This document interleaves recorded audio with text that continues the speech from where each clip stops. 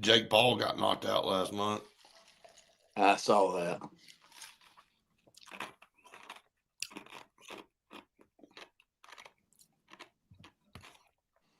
Eventually going to get what's coming to you in that sport. That's right.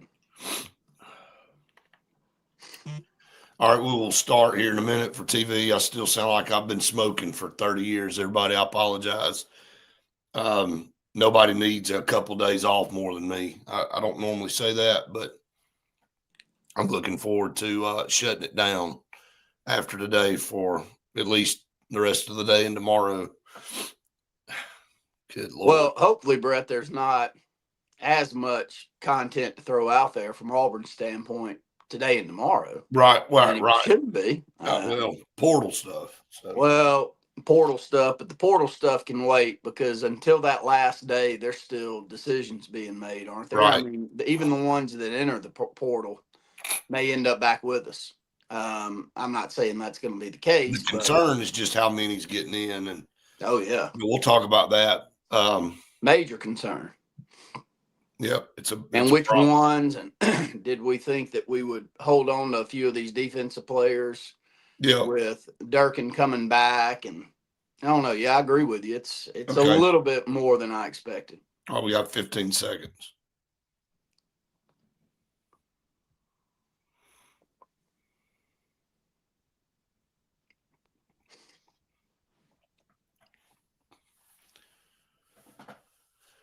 Hey, what's up, everybody? Welcome into the Saturday Sports Countdown presented by JR Sports Bar and Grill and Sunshine Heating and Air. Brett and Randy here with you. I'm going to try to make it through 2 hours. I think I can. I apologize for everybody that's fought through this with me this week. It has been a rough one, but we're here for you as we are every Saturday. Again, a lot to talk about on the show today as we head into the week of Christmas. And, for Auburn, it's portal. For Alabama, it's a playoff win last night. A lot of different things we want to talk about. It's got some high school talk that we're going to talk. Obviously, some coaches moving around, some announcements yesterday. I guess two of the biggest names in high school football that have moved so far is Jake Gaines from Moody to Pale City. And then yesterday, Brian Moore stepping down from Opelika. I don't know that it was announced where he's headed yet. We've been told pretty much where it is that he's going. I don't know that I saw anything official from the school that he's headed to. I'll look that up to see if we can discuss that. If not, I may just say it anyway. Who cares, right? And if we're wrong, we'll just retract it. That's the way it works in this world now anyway, right? There's no integrity in journalism. You just make up whatever you want to say, and then you come back and say it. But seriously, this is the time of year where you just finished up with high school football. You got guys looking at moving or replacing. I know Rush Probst is gone from Coosa Christian because he was interim, and they reinstated their head coach back into action there at Coosa Christian. So there's some moving and shaking going on in high school too. Well, there always is this time of year. A couple of them that you just brought up, though, are a little bit of surprise to me that they're two of them that we're talking about. I'll start with Jake Gaines, Brett. It's not that I'm overly shocked that he's leaving Moody. Moody has turned into one of the better programs in the state. Back-to-back state championship runs, finished runner-up a couple of years ago and then win one in this year, and just great talent all over the field. A lot of players that are moving on to SEC and other schools out there. So, but, I grew up in an area with Pell City. And so it's hard for me to get out of the thought process of what Pell City football has been. Right. But I'll say this for Pell City, Brett, and then I'll let you chime in, and then we'll talk about all of these. But I do want your opinion on Pell City. They seem to be one of these communities, kind of like Thompson, that have said, look, we're going after it. We're not going to be happy with playing second fiddle to some teams over in our area that are really making a move. We're willing to spend the money, whatever it takes. We're going to try to be competitive. And They did that with Rush. They had all of the, the background amenities that you need to be successful in this day and age in high school Right. football, given to that program then, from breakfast in the morning to video work to here is all of that we're doing, and we're going to promote it out there to the communities and the bordering communities. You can like it or dislike it, but Right. you're Oh, also no. Right. marketing in this day and age to the bordering communities, because you want those kids, those families to move to your community rather than stay in the ones they're in. Again, like it, dislike it, it's almost become part of the marketing ploy for these high school programs out there. But to go out and get Jake tells you, Brett, Pell City's in it to win it.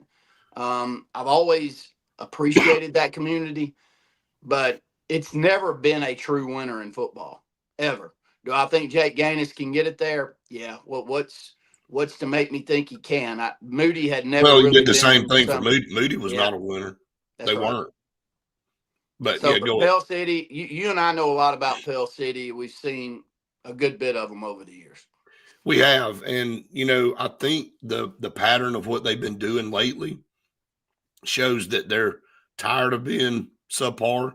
They're seeing communities around them, just up. Basically, if you look at Thompson and Birmingham, you look at Moody right up the road. They go, well, if they can do it, why can't we do it? And it's always, like you said, been a mystery to us about the size of the city and kind of the location and why they can't put things together. But it starts with, going after the right coach. And are you in the ball game money wise? Here's where we are now. You're starting to talk about this in high school. You're obviously college, you go after coaches, you go after guys with good track records and good resumes, and they demand, I guess, top salaries. But then the same's going to be in high school now moving forward with the top echelon coaches, top programs. You're going to send a message out there to the masses. Are you in this to build a football program that, again, it's not just about the results on the field, but it's about what the football program does for the rest of the school and the income that comes in to support the other sports. So I think Pell City understands that. They went after Jake Gaines. I've heard what he got paid. I think it may be, in the 160s, 170s, something like that. Wow. With other amenities. Now I may be wrong, but I heard that. And then with Brian Moore at Opelika, same deal. He comes back to Opelika where he has roots in Opelika, is, lived in Opelika for a long time. Comes from Hartselle to Opelika, has really rejuvenated their program. And then supposedly he's going to take the Foley job. And I heard that Foley threw a big number at him. So I am surprised, though, that maybe Opelika didn't want to get into a match thing, or maybe he didn't give him an opportunity. Maybe he was like, I've done all I can do here. I want to go try somewhere else. I don't know why people make the decision they make. Well, and that one's a big shock to me. He feels like a perfect fit for Opelika, and he's had immediate success at a very difficult place to win right now. Not all the time. I mean, this is an Opelika program that you and I grew up with that I thought it didn't win state titles, but it was as good a football program as any other in the state of Alabama for the 30 years that I started watching, keeping up with high school football in this state. And his demeanor, the way he carries himself, his background with Opelika, his love of physical football and the lines of scrimmage, I thought made him a perfect fit and got him back to a state championship game. Did they win it? No, but they got there. And they won double-digit games, and they won a lot of close games that could have gone the other way, which tells you when you win those games, Brett, like the one you and I called the first game of the year, Right. You're coaching them up, man. When you win a bunch of games by 3 or 4 points, you are doing a tremendous job of coaching, because the team across the way is just as good as you are, but you're finding a way to win those football games. And see, they did it against Auburn to make it to the championship game. So Did you see that one coming? And first off, No, I'll no, speak. I I'll did speak not. for Brett here. We think the world of Brian Moore. Wherever he ends up, I Good hope he ends coach. up on his feet. I like the way he carries himself. I like the things that he says, how he builds culture in the program. I can't say enough good things about him, but I didn't see it coming from him or for that Opelika football Well, program. I thought he was a guy that went home and was like, this is my dream job. I mean, I really felt like he'd been at Hartselle. He'd done a great job there. And he comes back to Opelika and really had this thing like in a region where everybody's like, well, Opelika is going to struggle to make the playoffs every year because, and that's a good analysis because that is a brutal region with Enterprise and Phoenix City and Dothan and, Auburn and just keep going. And Harbor. yeah, I mean, just a very tough region. And then when you look at it and you go, maybe he's like, I'm going to head down south and try it somewhere else. It was if I'd have had all the schools in the state laid out in front of me, and you go, all right, which one is going to have their coach resign this week? I'm not sure. Opelika could have been close to dead last on my list out of all the high schools in the state because that's how firmly I felt like Opelika was with Brian Moore and Brian Moore with Opelika. I couldn't say it better. So was a little bit of a shock, but I'm in sticker shock with some of the numbers I'm hearing Yep. coming out there. Do I question their worth? No. Did I know it was coming? Yes. But I think we're right in the middle of it right now. I think you're in the Right. middle of you either get in the game at the right price and retain coaches at the right price or decide the path that you want to go at a 60% rate. Because I don't think anybody's going to go below that number, but No. can you find the right fit that loves your community and wants to raise a family or something at a rate that's still a very high rate? It's still a six-figure rate. Anybody that thinks that the top 30 high school coaches in the state aren't getting six figures with perks, you're not paying any attention. And it could be a lot higher number than that, but that is the going rate. And so you have to have it. And you can tell from all programs out there when you've got the right guy in charge, especially in today's game. I want to let me make one more. I know we've got to go to break, but I keep saying in this transient society that we live in, Right. they're going to migrate to the coaches they want to migrate to. No doubt. And if you don't have one of them, you're going to get what your community is able to raise. And that's a difficult ask from year to year in today's world. Now, was it a difficult thing to ask 30 years ago when you and I were coming through? No, because everybody else was doing the same. But now, when you end up in the quarterfinals and you're matched up with a team from the South, and that team from the South, you already know for 20 years has been pulling the top two or three players from this school over here and the top two or three from there. And they've got all of these things going on in grade school where they know and spotlight those kids and know exactly which ones they want. That's now been going on for 2 decades, bro. Right. So it's not like this just all open. This is the biggest fight I have with a lot of people that like to throw shade on the way that things are going nowadays. A lot of times it comes from areas that have been doing it for a lot longer than the rest of us. That's the reality of it. And those are the ones that are usually the loudest.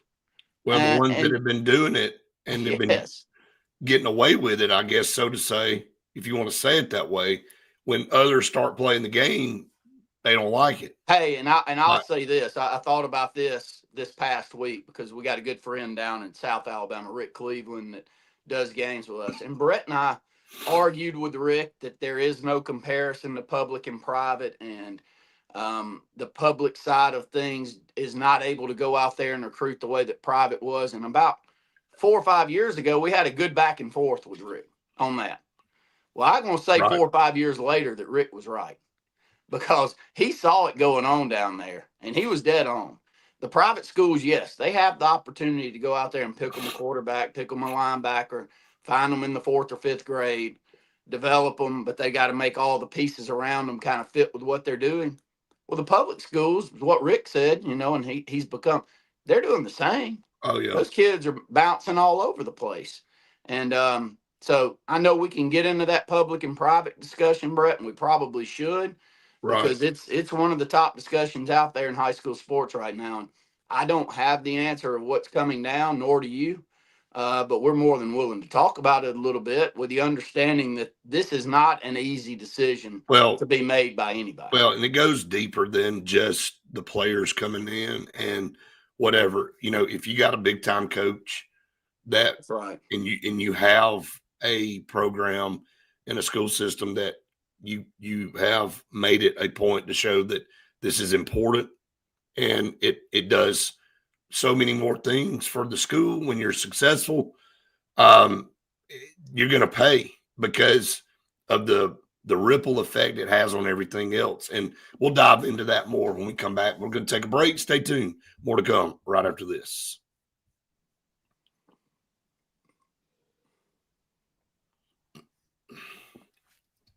I guess Foley just trying to get in the game, man. Well, look, here's the deal. If and this is like this is no different in college now. Yeah. When you got a top coach and everybody's going to come after him, and you have to make a decision as a school system and as a program.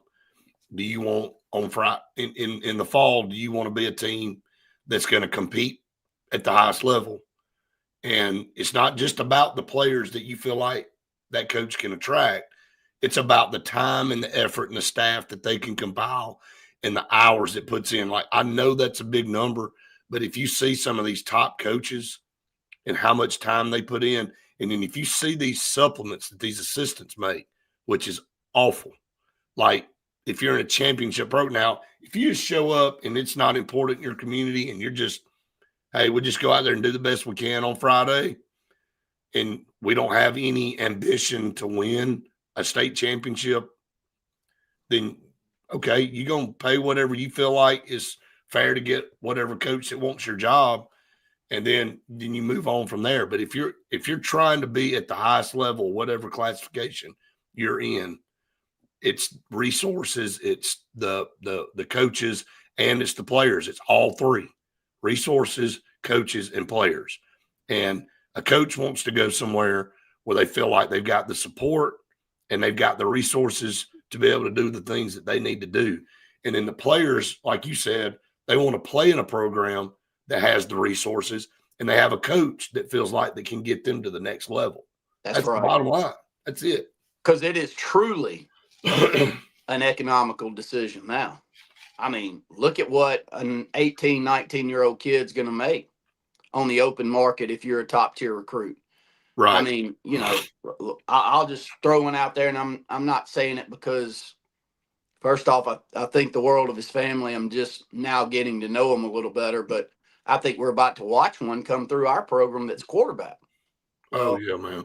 Well, the quarterback's the most sought-after piece to the puzzle all the way around, so, of course, he's worth the most money. Well, I mean, we happen to have the number one quarterback, I think, in the sophomore class in the country. In the country. In Elliott City. And he carries himself well. He is a very smart kid. He's from a great family. My point is he's got all of the things in place that make you marketable. And those are decisions that are made by families that are smart enough to make them. You know what I'm saying? And then you're playing for a coach that's able to market you the right way. 10 seconds. So, I mean, I'm going to look at these top coaches. It's such a business, Brett. It's crazy to think that a 15, 16-year-old kid has to think about it that way, but they do right now. I'll go to Sedarian. All right, welcome back, everyone, to the Saturday Sports Countdown presented by JR Sports Bar and Grill. Again, apologies for my voice. If you can bear through it, I appreciate it. If not, I understand. Okay, I get it. If you go, man, I ain't listening to that. I totally get it. But this is the only option you get this morning. So it's either that or you can get Randy for the entire. I think you sound like a lot of people out there. Trust me. Yeah, I mean, I have felt that way all week, and I don't think you and I are the only two with the way this weather is, Brett. Well, it sucks. And, when you do this every single day it's going to hit you. I've been fortunate for 2 years not to really be sick with a sinus thing. And as much as I'm in front of a computer, in front of a camera, to not have had a problem to this point, it's been fortunate, but it's caught me this week for sure. Yeah, I did, Trey. I was up screaming for Alabama so hard last night, I lost my voice. Anybody that knows that's not how it went away for sure. And we'll talk about that game a little bit later on. Looking at the top coaches in the state of Alabama, and when you start in this,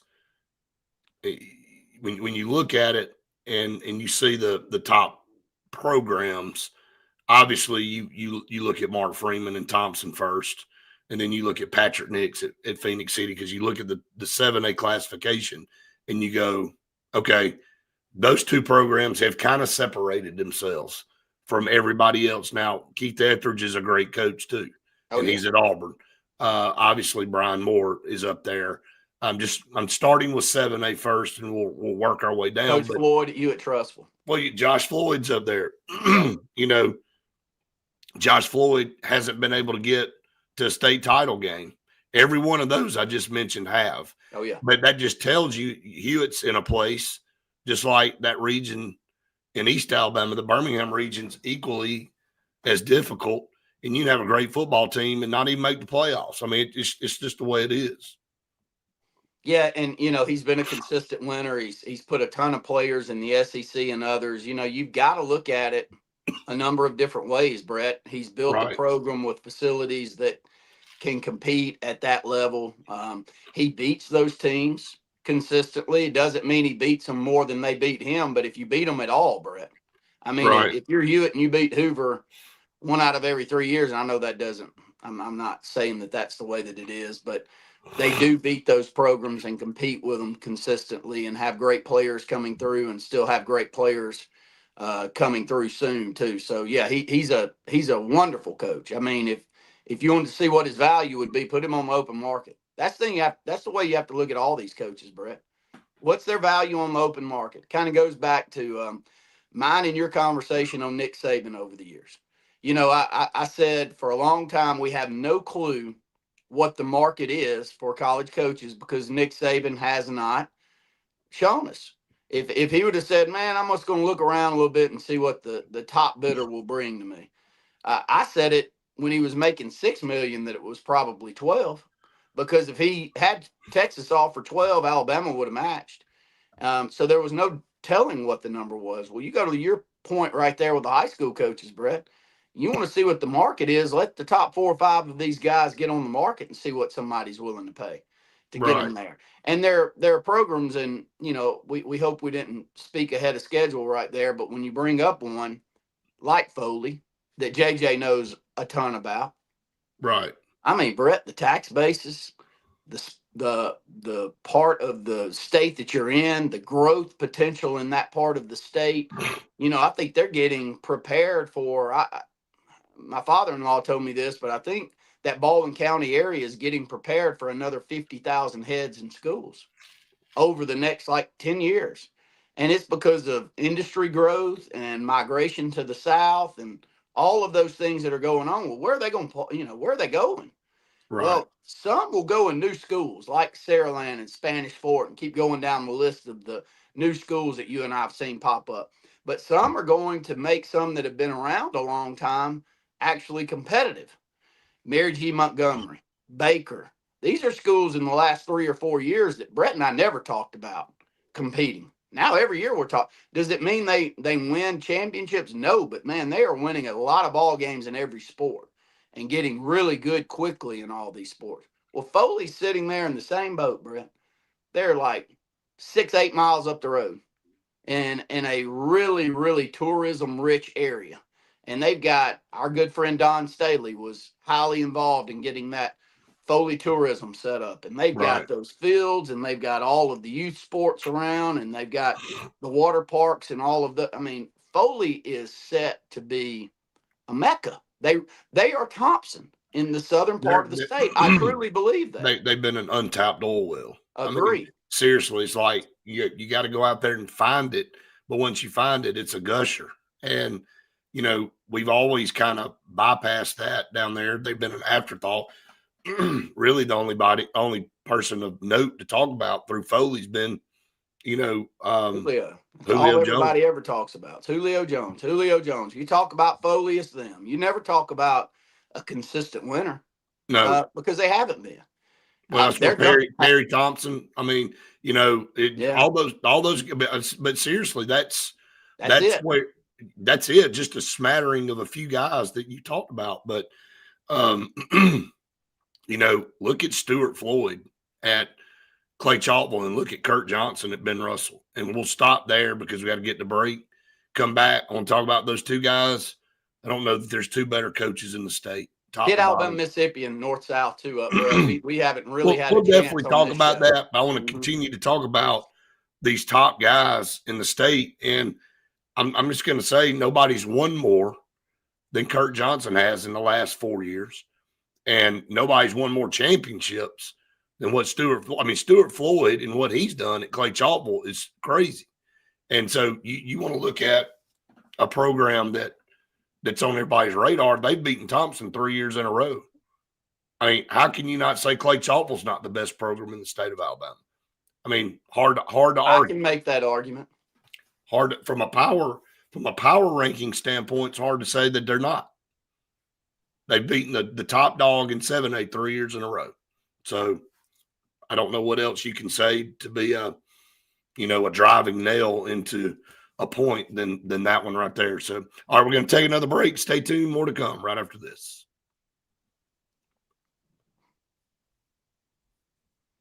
I haven't talked to Stacy, Ed, about Jamie. I'm wondering where Jamie's a wonderful coach.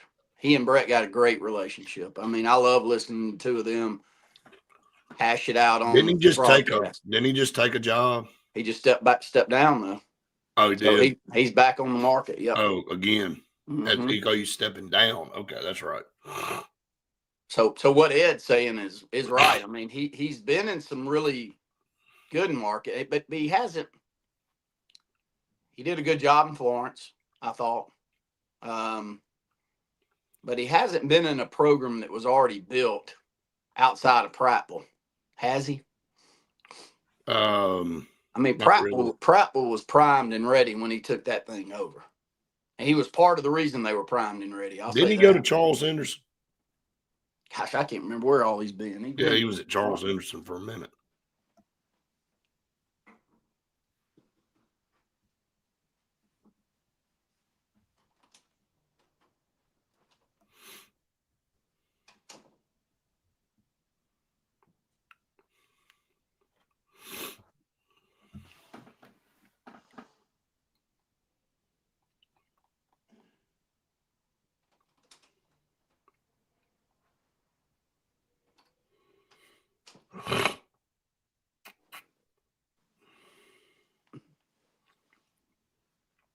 Rivals put out an article this time last year on the top 10 highest paid coaches in 7A football. That's right, Ed. In 7A football. Yeah, he had a good run at Phoenix City. He sure did. Man, it's been so much flipping. Man, it's hard to really keep up. I really forgot about that. Well, they've had a run of good coaches. Good God. If they couldn't have won over there with some of these guys, I mean. Well, but the reason they get them is because they've got the athletes that the coaches know that if they go coach them up, they're going to win. 30 seconds. And the community, man. They're good in everything. They are good in everything. They are. I mean, they just, again, got named flag football national champions. Right. They haven't lost a flag football game in like 3 years. They had him one that's even close. No. That's much less lose it. So. And then when you watch them, I know that this Auburn community. Okay. Here we go. All right, we're back on TV. Everybody, you're on the Saturday Sports Countdown. We appreciate JR Sports Bar and Grill and Sunshine Heating and Air for their support. Been with us for a long time. couldn't do the show without them. Again, as all new people tune in, I'll say it every segment. I apologize. Look, it's your only option this morning. If it sounds like crap, then it is probably, and I don't blame you for tuning out. But anyway, looking at the top coaches paid in the state and the top, I guess, by performance. And I was just talking about 2 and 6A and Stuart Floyd and Kurt Johnson. Kurt Johnson had won 2 state championships in a row at Montgomery Catholic, 1 in 4A, 1 in 5A. They beat that Moody team last year. That was coached by Jake Gaines, who won the 5A this year. But we knew they were knocking on the door. And then Kurt comes to Alex City and takes a program and goes 12-2 and goes to the semifinals the first year in 6A. And again, good coaches with good players, a good staff. All of these coaches have the same pedigree and the same philosophy. Surround themselves with great coaches, let them coach, but know without a doubt they're the leader in the room, and it's their say at the end of the day. And that's why all of these coaches that we're talking about this morning are very successful, and they've won blue maps and are highly sought after because they know what it takes to put a championship program on the field. And schools in this state that want to compete at the highest level want to go after some of these guys. They want, and if you're Foley, you look at Brian Moore and you go, I want that guy because he went to Opelika in one of the hardest regions in the state and was able to put them not just competitive, made them the top program over there when everybody was saying, oh, you're barely going to make the playoffs. You're going to struggle. You're always going to be fighting for that 4th spot. Brian Moore said, no, not while I'm here. And they took them to a state. Now, I know they got the doors blown off.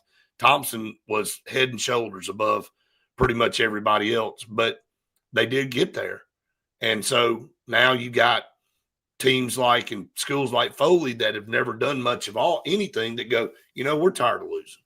And we need to go get a leader that can come turn our program around. Jake Gaines, we just talked about it.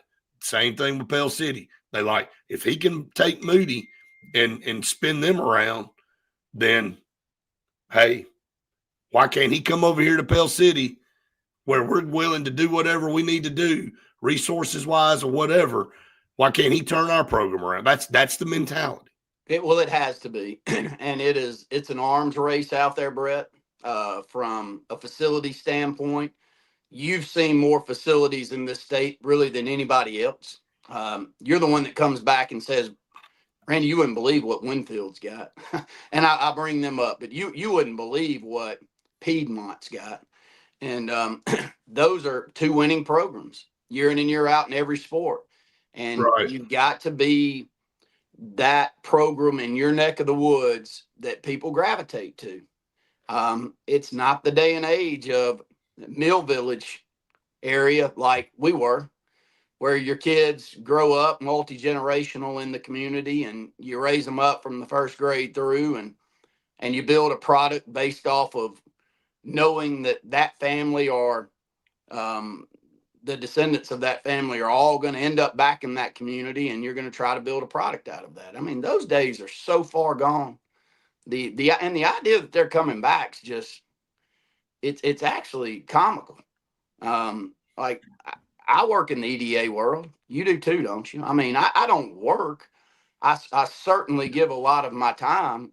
We work for free.com. Brett, Justin Clayton, and I own the rights to that site. But I have given an awful lot of my time in the state and in our local community trying to figure that out. And if you got to be way smarter than me to figure out how you're going to find an industry to offset, say, an 8,000 employee manufacturing community like Alex City had with Russell Corporation. Can you offset it with a number of different companies? Yeah, maybe. But I mean, those days are over.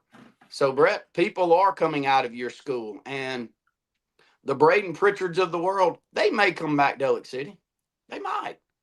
But Braden's got a great degree, and he's going to make a lot of money, and he's going to give some of it to his daddy, I hope, at some point in time, because his daddy and mama deserve some of it. But my point is, if he's going to go hit his peak, it may not be in Elliott City. And there are a lot of kids that are coming out of, and it ain't just ours. It's a lot of communities out there that were good old Southern mill villages, Sylacauga, Alabama, Opelika, Alabama with Pepperell, Alexander City. Keep going down the list. Bruton, Alabama. I can name off Fort Payne, Alabama. I can name off so many textile villages that were built up that they're not there anymore. So it's a very transient society that we live in, and the one that a lot of the people are hoping you come back to, that it doesn't exist. It's not going to ever exist again. Right. And the point you're making, let's take those two guys. People going to gravitate to those two coaches. You mark my word. If Brian makes it down to Foley, a lot of players that have been gravitating to two wonderful coaches. It's been multiples. Hey, I want to bring up a point. I'm not going to mention, of course, not going to mention any names. And everything you just said, me and you just received a text. Okay. On a post on Twitter about a kid transferring. Yeah. And somebody had a snide comment to make about that post and saying whatever, blah, blah, blah. Look, man, and they live in a community that happens to be, okay, what you just said. What are you going to do to attract somebody there? What's going to be the reason somebody goes? Well, 99, like, take your head out of the sand and go, they want to go play for that guy. All right. They want to play for that coach because he's a winner. And you can sit over there and be bitter all you want to be. And you can say whatever you want to say about whatever. But the reality is that what you just mentioned is the God's truth. And those that decide, if I've got a child and I want them to play under that coach, they're going to go do it, man. There ain't a thing you can do about that. Nothing. And if you do it right and you move, so what's the problem? But you got people that just continue to sit over there. And look, I'm not saying that I'm for everything that goes on. Oh, I don't think that you're 1,000% behind any of this. I hate college football the way it is right now. Oh, you despise it. I know it. But here's the deal. You can either decide to do things the way things have to be done now, and you can say whatever you want to say, or you can live in the Stone Age. That's it. I just, if you refuse to change and you want to still drive around a car that's got square wheels, then drive it. I'll finish it around the community you and I grew up in. You know, we had if you were out attracting white collar positions, let's put it that way, or you were attracting a head football coach to kind of bring your program out of the depths of mediocrity, which Steve Savarese did for Elliott City. Well, how do you do that?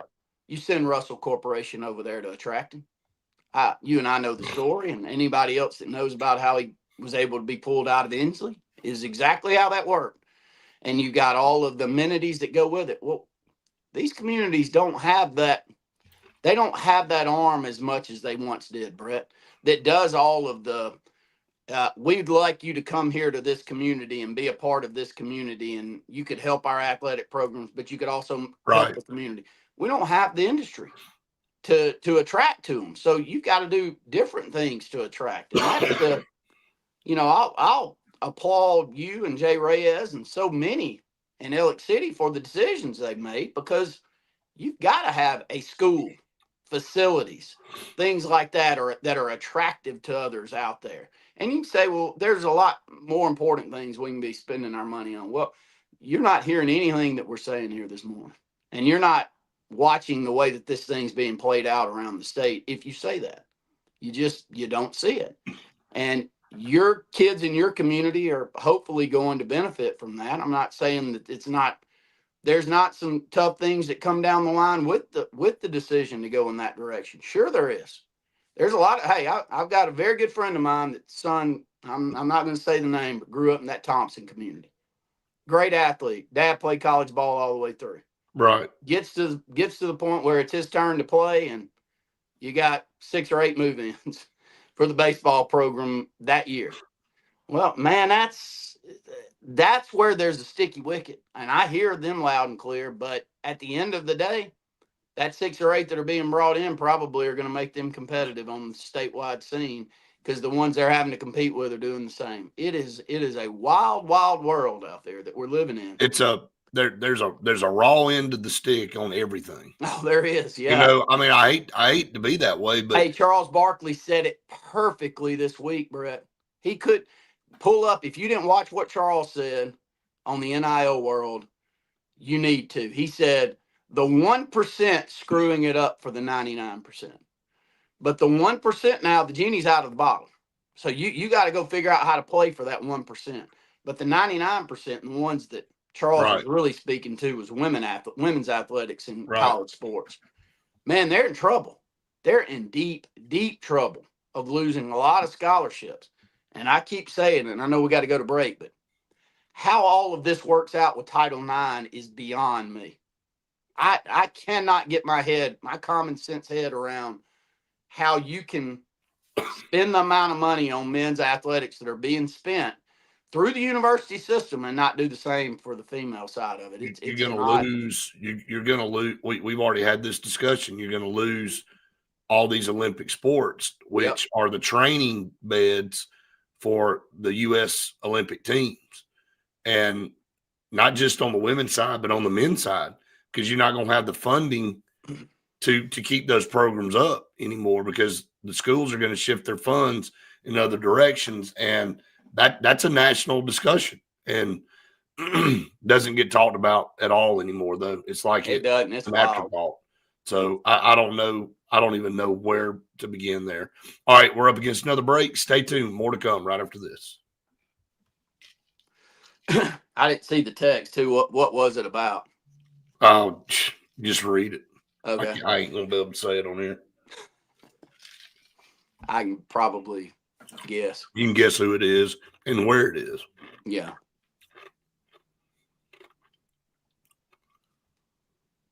Just rent free, 24/7, 365, man. Wake up. Just that's.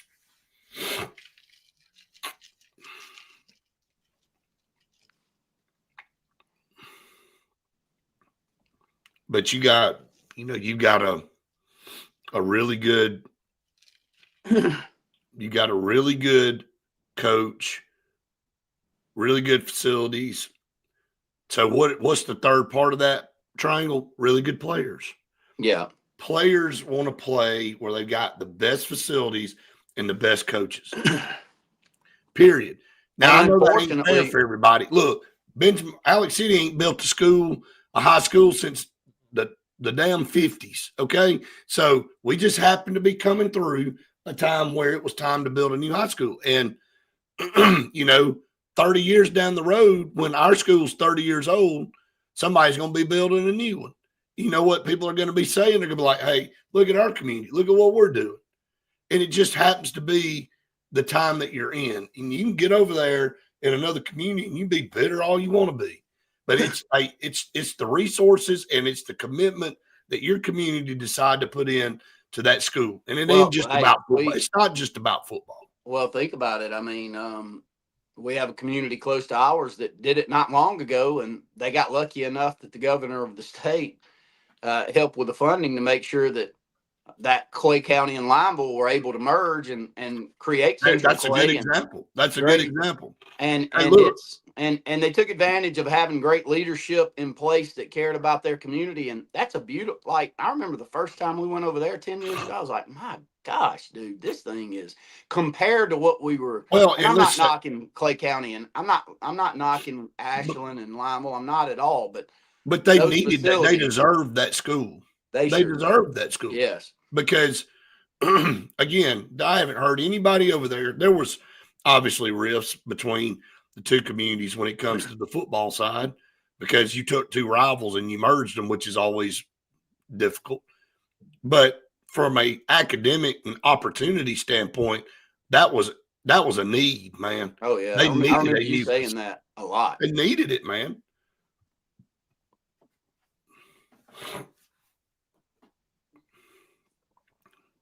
Nobody over there living in Clay County, Alabama says, well, I hate that they built this school over here. I mean, there's nobody in, you're going to have naysayers on everything, yeah. but people that have sense know what a great opportunity that was. And then the same here in Tallapoosa County for Benjamin Russell. Hey, Brett, how nice are Pell City's facilities? Or have you been there in the It's last been a couple of minute. years? It's been a minute. Let me get back for TV. All Y'all right. need to Welcome go. back, everyone, to the Saturday Sports Countdown presented by JR Sports Bar and Grill and Sunshine Heating and Air. Talking about facilities at Pell City. Like, I haven't been in their facilities in a long time. I'm sure they're upgrading. It looked like when I saw a video of Jake Gaines walking into an indoor facility. I don't know to what level it is, but I have been in Oxford's, and I don't know that there is a better indoor practice facility, maybe in the SEC, than Oxford. I'm not kidding, man. I agree. That's how. But again, and I know Oxford didn't have the best year this year, but Sam Adams and Oxford High School, and they made it a priority for a long time ago in Oxford to be good in football. And they've had some great football teams that have made deep runs and competed for state championships and won state championships. Keith Etheridge won one in 19, not long ago. That's right. So, that's you can go through this state and you can pinpoint the communities that have been bought in and saying, hey, we want to be considered a destination place, and we want to be considered a program that when you talk about the top programs of the state, you're going to bring up our name. And you got schools like Foley and Pell City and all these other ones, and Moody before. Guess what? I had somebody tell me this week that Moody's game day environment was second to none. And you and I went up there several years ago, and that was dead as stale bread. Ben Russell just ran them out. I think it was a blowout at halftime. And you and I were like, man, this is pitiful. Like, that's the same that Thompson used to be viewed. People used to use them. They were the doormat of that region. They used to be everybody's homecoming game. But you get the right player, the right coach in there, and he builds up a culture, and you get players to come in, whether you want to sit here and complain about it or not.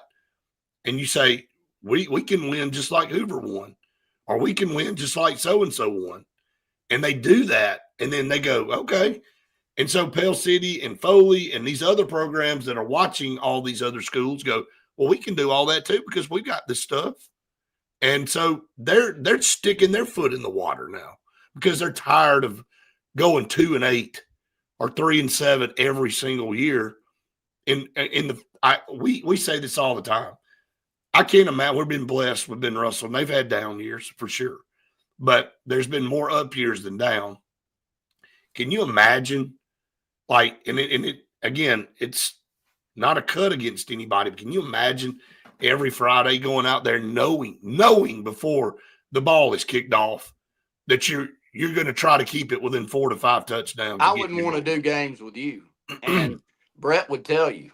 I just don't know how you can anybody in the school can get any enjoyment out of that, man. Oh, it's difficult, man. And hey, in communities like ours, it's an ever we have to ride this roller coaster constantly. Now, if you were from an enrollment standpoint always at the top, I don't know that you've got a lot of excuses there.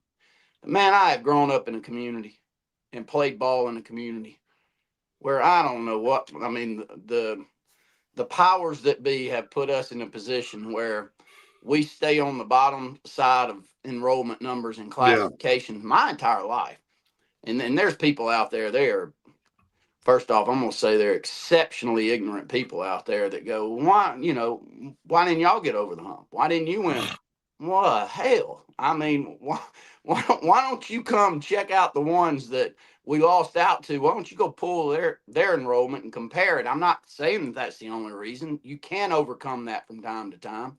We were, but still, and this will forever be until they maybe change what's coming down the line right now that we'll talk about in a little bit. But until they change this, forevermore, we were the smallest school in the state of Alabama to play for the largest classification state championship in 1997. That's right. It can't be beat. Now that it's 7A, it can be beat.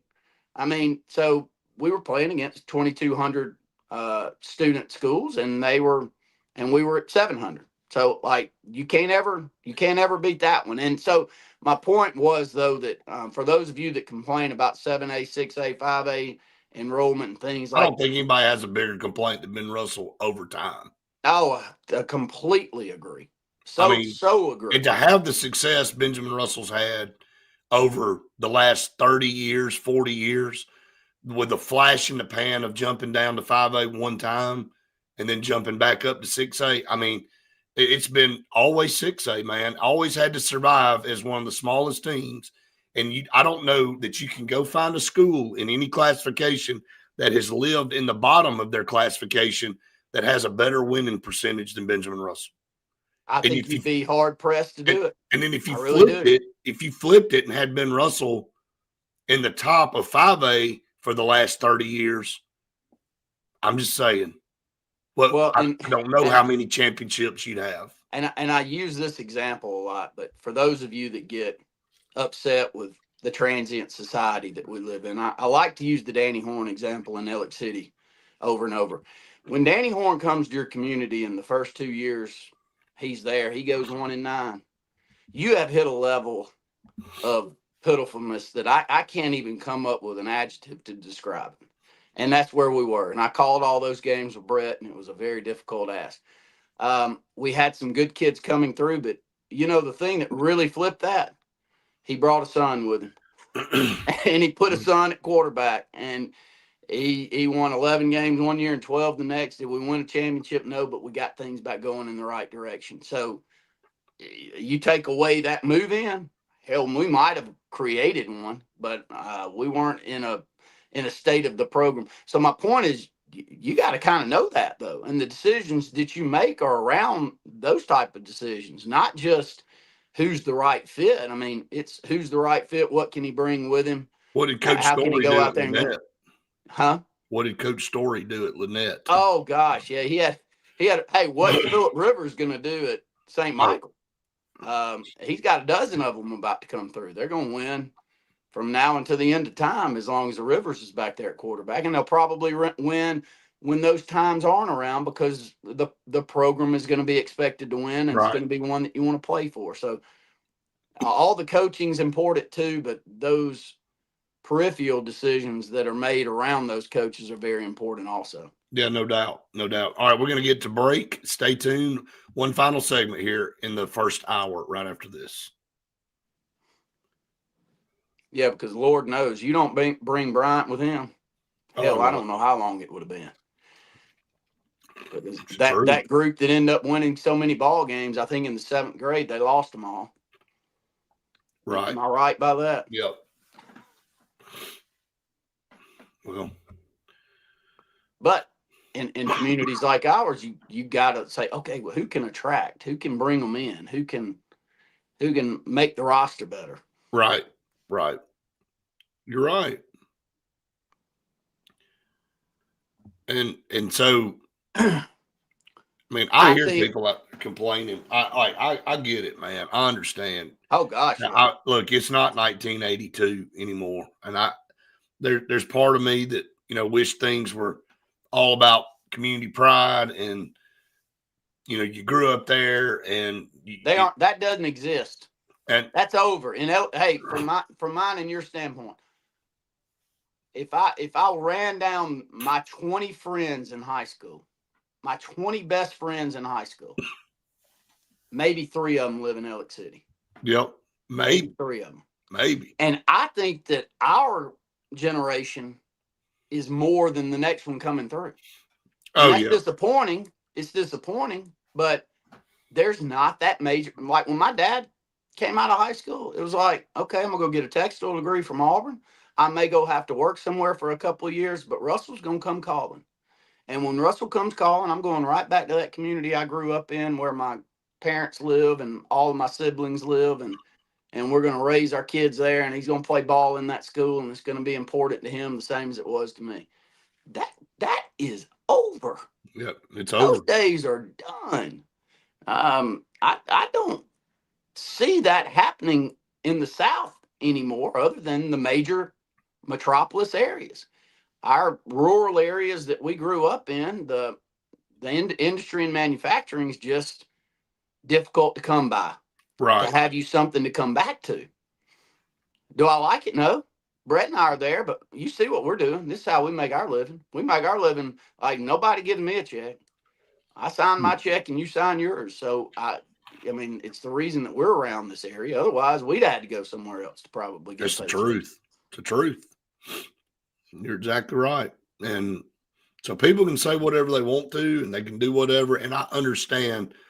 and some of it comes from a bitterness that some communities are in a position where they don't have something that they can bring in. And, it just happened to be in a spot that's just the case. And I hate it. I mean, we're not in other places either. Our community has its own issues, but you gotta create things to create interest in your program. I think, to close out on that, the two programs we're talking about, I think they can build good ones there, Brett. I know that you can at Foley with the right person. 10 that seconds. can happen. And then Pell City, it just seems like there's too many good coaches that have been through there. Somebody's going to figure that out. Just going to hit it. All right, we're back on the Saturday Sports Countdown presented by JR Sports Bar and Grill and Sunshine Heating and Air. Last segment, very short segment here in the first hour. It's been a great discussion pretty much about the state of high school football here in Alabama and the top coaches. We just named probably 10 that are just phenomenal and have done great wherever they've been. And, that's what most everybody in this state, because football is king in the South, and you look at the way things are done in college and it's trickled down to high school, these high school programs want to be top. And if they haven't been and they're looking around and seeing the programs that are, they want to figure out how to do it. And they want to figure out how to be that way, because when you have a good, and if Dr. Reyes was on this show with us this morning, he'd tell you, and any principal in this state, and I've talked to many that go, the morale around here in our school in the fall is at an all-time high, because when your football team's winning and you got success, it just breeds more positivity for everything else. Everybody's walking around with a pot. When you're getting beat down, man, everybody's like, we got to go do that on Friday. It's just, and that's just like anybody waking up going to a job they hate. If you wake up and get, like, a job is a job is a job. But if you at least like what you do, it's not as painful, man. But you wake up in the morning knowing you go into a place you hate, like you're like, how am I going to get through the next 8 hours of my life and get in the car and get back to this house? If you're thinking about things that way every day, it makes things miserable on everybody around you. The same goes with the morale in the schools when you have a good program versus when you don't. And it's a fact, man. It's a fact. Brett, can you give, I know we got about 4 or 5 minutes here. Can you give a couple of minutes spill on the discussions that are going on, not specifics, but just the discussions that are going on with the public-private school situation right now with the HSA? It boils down to two elements. It comes down to the multiplier, and it comes down to the competitive balance. And, I'm not privy to the detailed conversations, but, just from hearing what we've been told, they're talking about, hey, they want the multiplier to go away or whatever. And like, I understand the competitive balance even for public. I'm not saying it needs to be done, but if you're a public school that's rattled off 4 or 5 state championships in a row, I mean, why aren't you getting bumped? I get that argument from them. Okay. Mm-hmm. The multiplier, I think, has to stay. And I know the argument for the private's like, well, their public schools are going out and getting their players too. We just talked about that for an hour. Yep. And I hear that too. But the crazy thing is all of those schools left AISA to go to AHSA for competition. And I've had headmasters and coaches tell me that out of their own mouth face to face. We're making the move because we're trying to get better competition. And it's not a cut against AISA. It just happened to be that schools started gravitating over and they wanted to challenge their student athletes more competition wise. Well, now the ironic thing is if this thing falls apart, everybody's going to go back to AI. It's like then you're going back to exactly why you left. You're going to be right back to playing each other, and you're not going to have, maybe as strong a competition pool. It's why you left to begin with. It's crazy. That's why the reclassification got, delayed to January the 23rd versus us already knowing that. We would have had a show last week talking about the new reclassification if it hadn't obviously been for some of these points that they have not been able to hatch out yet with the private schools. And if they separate, would they come back down to just like 6 classifications? What's the talk? It's a good question. It's a good question. How many? I'd have to look. There's 32 teams in 7A. How many are private schools? I mean, only one Not many. I can only think of one. McGill. Yeah. So I don't think so.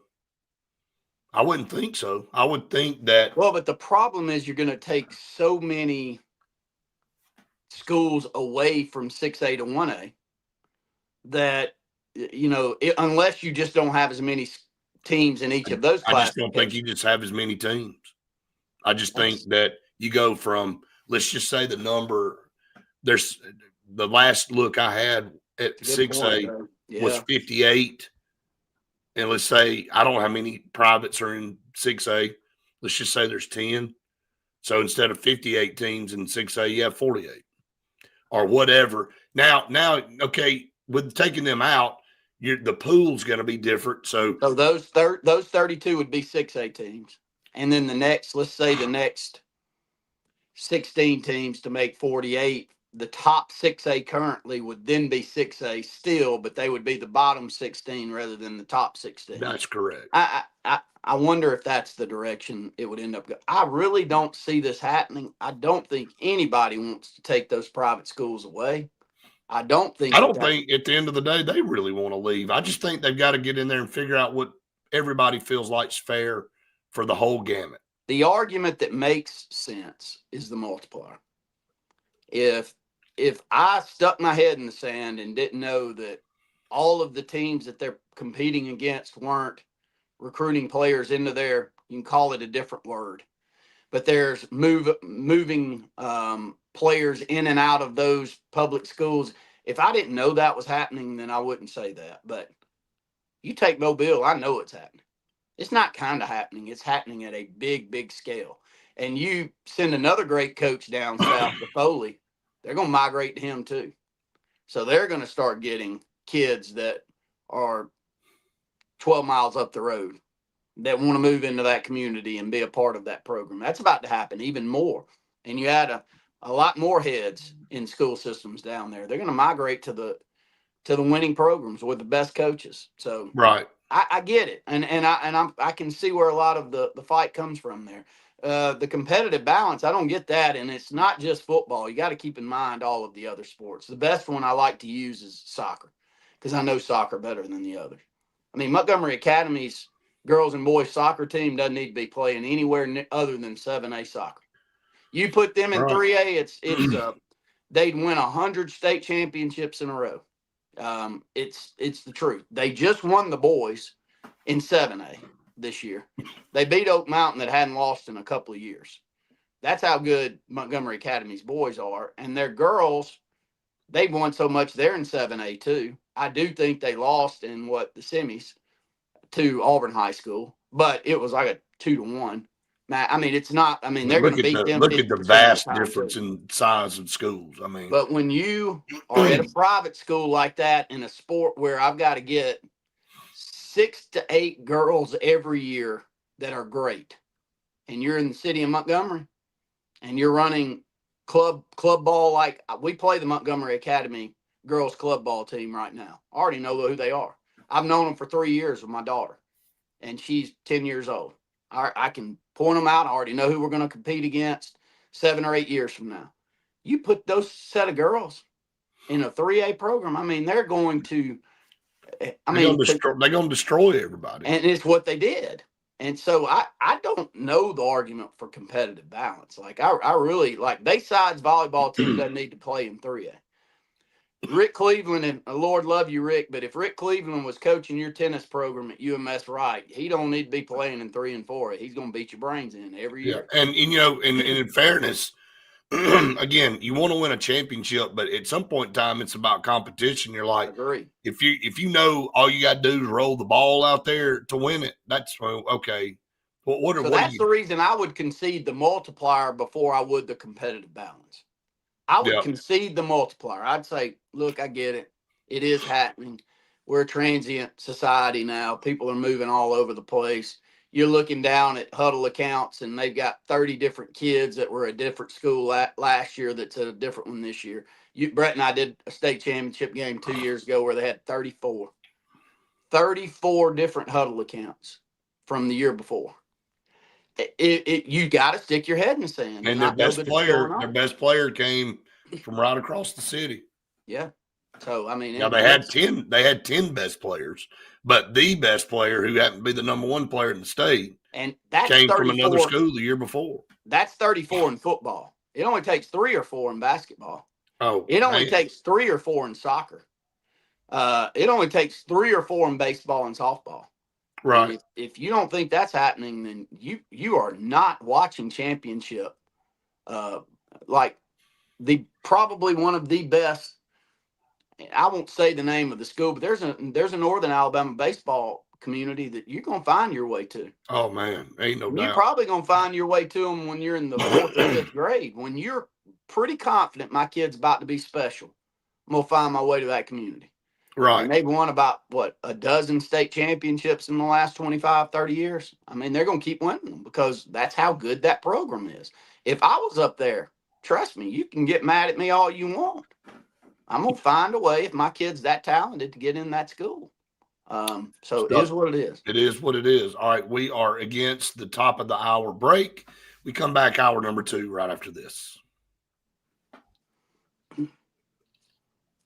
I heard last year, in the championship run there, I think it was 11.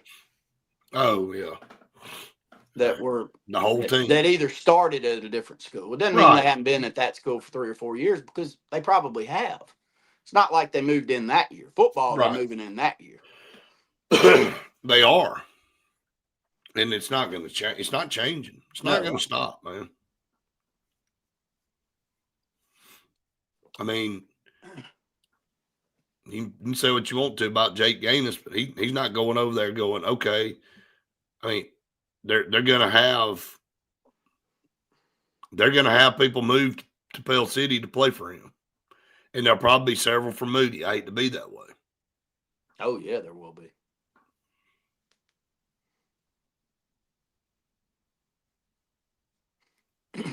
All right, you going into that game last night? Yep. That punter, man, for Oklahoma. I mean, I don't know if you can have a worse game. The Alabama punter was, the first 4 kicks he hit, I don't think he hit one right. He shanked all 4 of them. They're terrible. Opelika going to call J.C. Chandler. I've heard that. I've heard that. And it seems like it, just reading through the message boards or the social media accounts, it feels like the community really likes that decision. So yeah, I can tell you one thing: if there's a name that keeps coming up like that is a perfect fit, that you feel like's then it should willing be the guy to set roots there, then that's the one you need to go get. Right. There's Justin Clayton. He's been on the rose for a long time. Fall on roses, man. I mean, they can fall on roses every time. Shit. I mean, you can say whatever the hell you want to say, but that's the truth.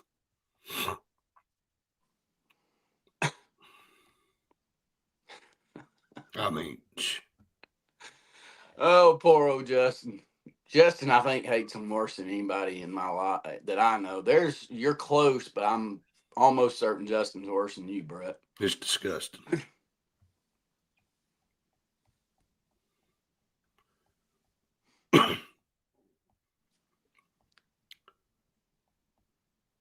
We thought Luke was in misery in Oklahoma, and then things certainly flipped. Yeah. You said it, Justin. You said you weren't going to be confident until Oklahoma was up 24-0, and they had the chance. I don't think it would have even mattered then. Hell, it wouldn't. Is Rush and Opelika a good fit? I don't think so. I wouldn't think. No, I would not. Yeah, they just don't. They just give up on that. They are the most one-dimensional team I think I've ever seen. Seriously. All right, here we go. Welcome back, everyone, to the Saturday Sports Countdown presented by JR Sports Bar and Grill and Sunshine Heating and Air. We've got about 50 minutes on the show today. Again, for all of you tuning in just now, I apologize for sounding like I've been smoking Marlboro Reds for 30 years, but getting through this week, hopefully on the other side, it'll be a lot better. So appreciate all of you fighting through it with me. All right. Luke did his part going to the concession stand when they got down 17-0. Yeah, let's talk about this game, playoff game last night. Just bizarre. Oklahoma getting out to about as good a start at home in a playoff game as you possibly can get off to. And then, Alabama puts together one drive. So they did settle down and put together one drive to kind of slow the bleeding a little bit. And then, Oklahoma misses a great opportunity to go up 24-7. There's a wide open pass. And the guy just dropped the dang thing. I mean, I don't know what else you can say. And then, so it opened the door for Alabama to come down. I think the punt, I think maybe the next play or whatever, the punter just dropped the dang ball. And he picked it up and they blocked it. They went down, kicked a field goal. So make it 17-10. And then right before half, I don't know that did he forget that they were at home wearing red? I know the uniforms are very similar, but I think John Mateer looked over and go, oh, we're on the road in Tuscaloosa again. I'm throwing to that guy. He threw it right to him and returned it for a touchdown, and they tied the game going into halftime. And I think everybody knew at that point what the verdict was going to be. I said Oklahoma wouldn't even score again, and I was close to being right. They did score one more time, but I told everybody we were with last night, so they won't score again. I said, that's it. Email it in. And hell, you just know, you just feel the way these things go. I'm just telling you. Well, what a turnaround for Alabama. Let's start. A turnaround for Alabama down 17-0, a team that refuses and cannot run the football. That's right. It's not part of their game. Just continue to find ways to win football games. And, that's the state of a good program. Look, when you're not having your best year and you keep winning and moving on and giving yourself a chance, I go back to I guess that was that final year for Nick Saban, Brett. I mean, they were a play away from possibly winning a national championship that year, and I thought they were on the down. But Alabama's got the program that pulls this off. Ty Simpson was great last night. You give him back the drops that he had in that football game. Alabama had some wonderful catches to go along with it in some big moments of the football game. But Lord have mercy, Ryan Williams, where is he gone? Did you see? I had somebody bring this up. Kid don't know how to catch the football. Oh, he doesn't. And he wasn't the only one. Everything is into his body, or that pass he dropped. There's no excuse. He should have had his hands out away from his body, catching that football like you're taught. He's up there trying to catch the ball like this. It bounces off. Like there's something that's off with him. Big time. It's very odd. Seeing him in high school to see where he is now is a shock to the system. I never, and because you're seeing so many others being developed, it's not like you're not watching the other receivers that are in the room with some of the younger guys. He's just not even a factor on that offense. He's not a factor. But the wide receivers, the ones that didn't maybe have the Ryan Williams lore coming out of high school, but if you're at Alabama, you're highly sought after, are all turning the corner and becoming great players. But back to my point on the drops, I mean, you look at Ty Simpson's stats, you give him back 10 or 12 drops that they had in the ball game, they're unbelievable numbers. And he was getting pressure on him the moment the ball was snapped. That's how good a game Ty Simpson, they were on him. Right. From sacks to him having to move around in the pocket and get to the third and fourth receiver down the field. Brett, I'll say I was really impressed with him. And then defensively, Alabama got it together. About midway through that first half, moving into the second half, physically they matched Oklahoma.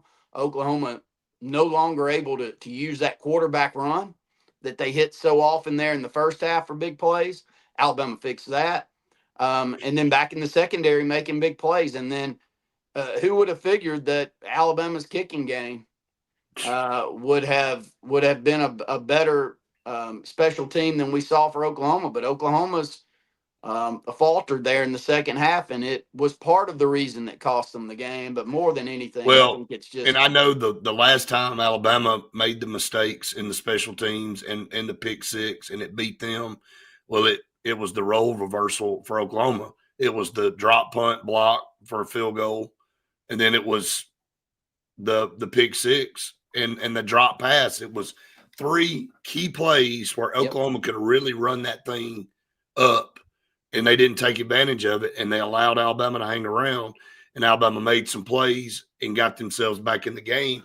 And then when they got it back to even, they had taken the crowd out of the game. And now you had deflated Oklahoma because they were going from a mental standpoint. Well, we were up 17-0, night's tied. And so Alabama had the momentum. And even with all that said, Oklahoma had three chances at the end of the game, and Kidd misses two field goals.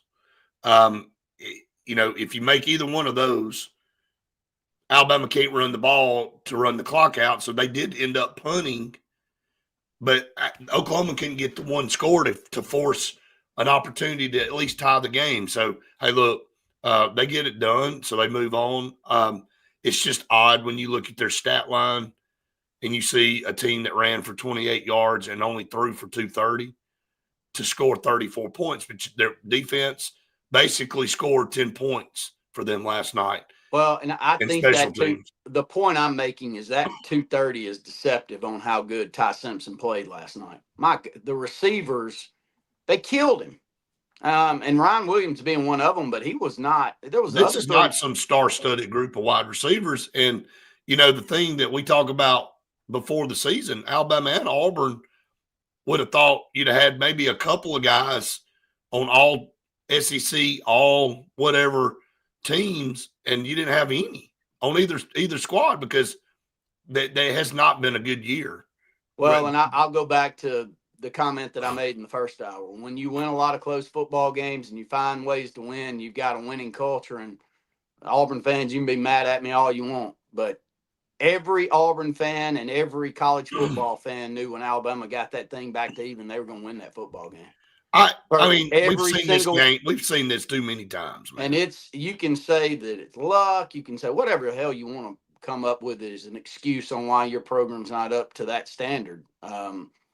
You got to figure it out. And for whatever reason, the mojo's away from our beloved Auburn program.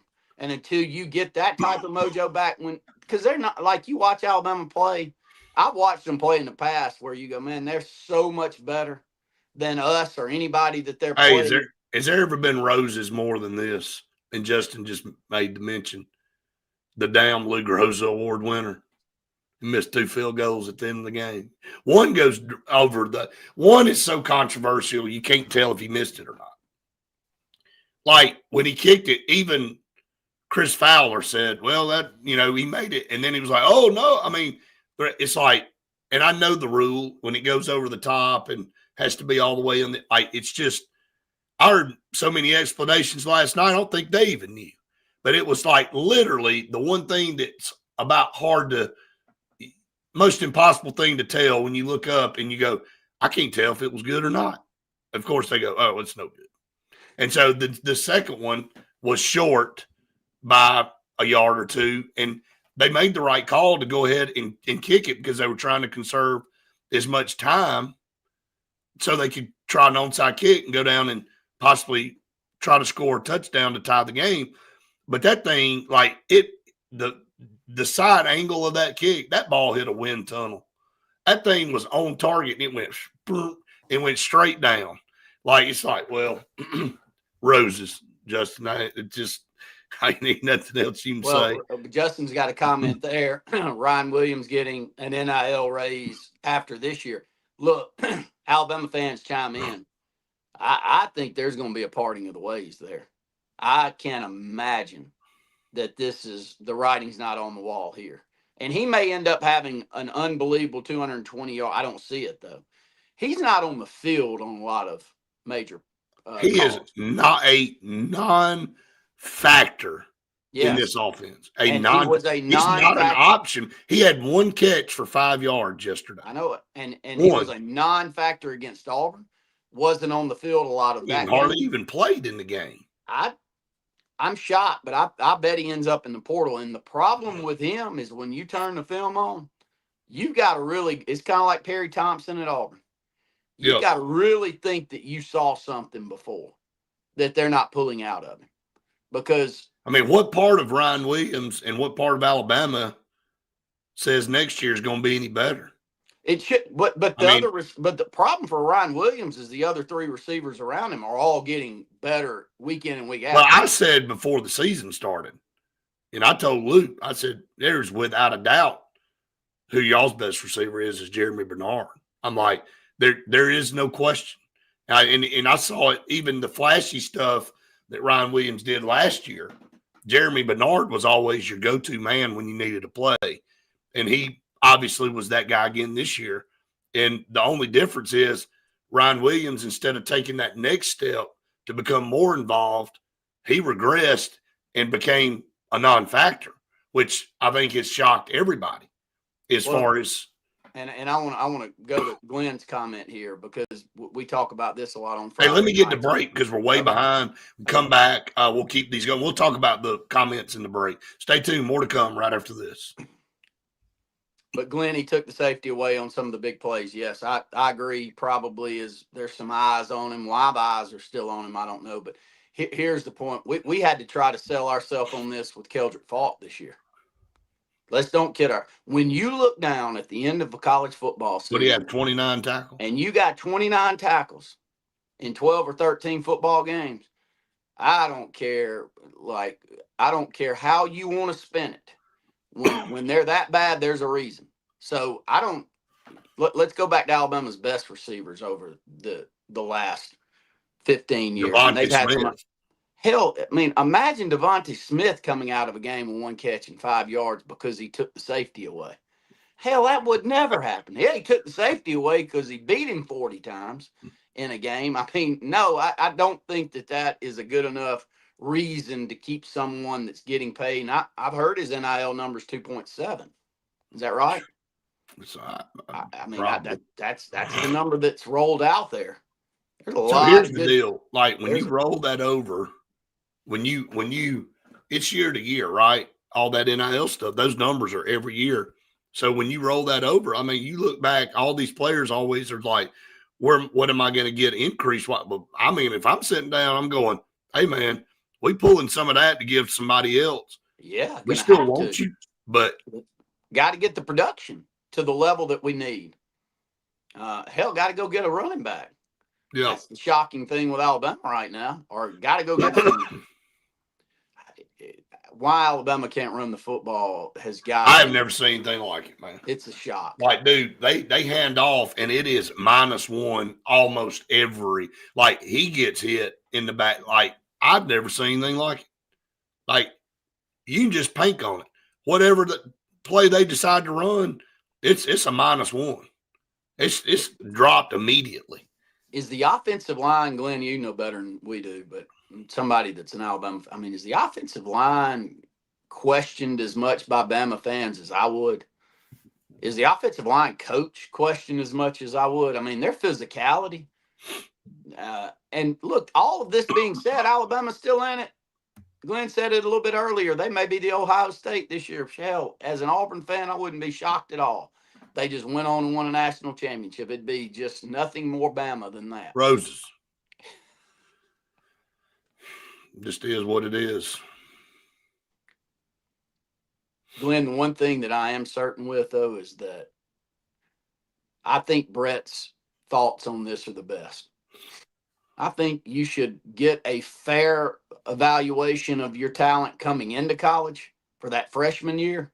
Yep. Sign a deal for 2 years that gets you paid, and then you're on the open market like you are in the NFL on that third year.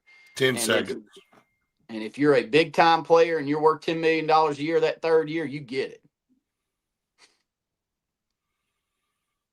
Welcome back, everyone, to the Saturday Sports Countdown presented by JR Sports Bar and Grill and Sunshine Heating and Air. We've got about 30 minutes left in the show today. We've got to pick up another break here in just a very short amount of time. So this will be a short segment on TV. We apologize for that. We got a little bit behind, but going back to some of these comments, Randy. Well, I was asking about the offensive line and the question marks around their physicality. There should be no excuse for Alabama to not be able to run the ball. I can't imagine that they're not a 4.5 average 5-star on the offensive line and almost all 5 stars at running back for Alabama. Yeah, I mean, I don't even keep up with recruiting, but I bet I'm right by that. I bet. And all we heard was Jam Miller.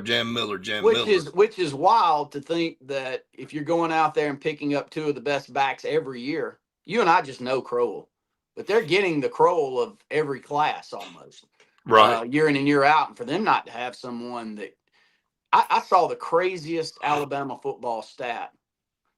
And by the way, I said this during the break, but I'm going to say it now that we're back on TV. I'm not knocking Alabama. I mean, Alabama's got a chance to still win a national championship. Right. I mean, but you have to compare and contrast where the program's been to where it is right now.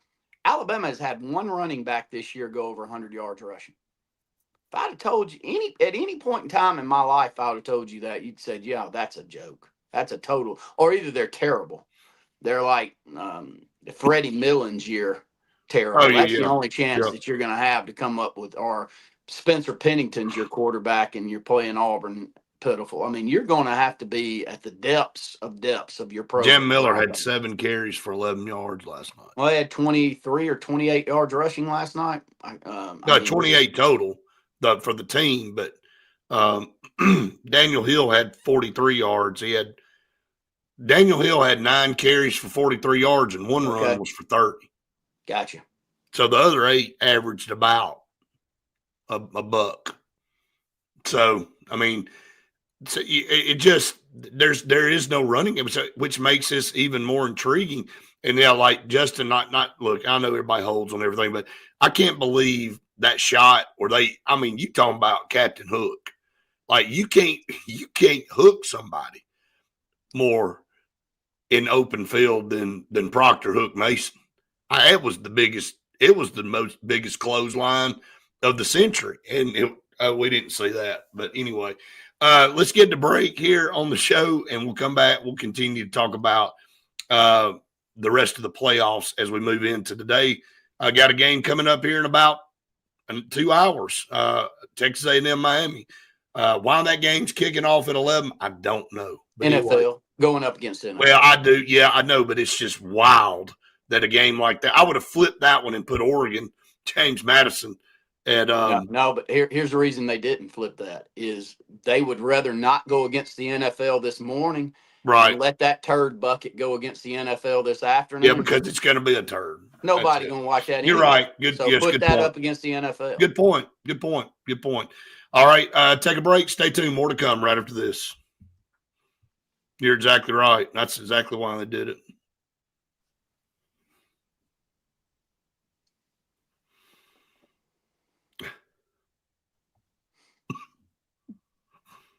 Glenn, my point on the backs, though,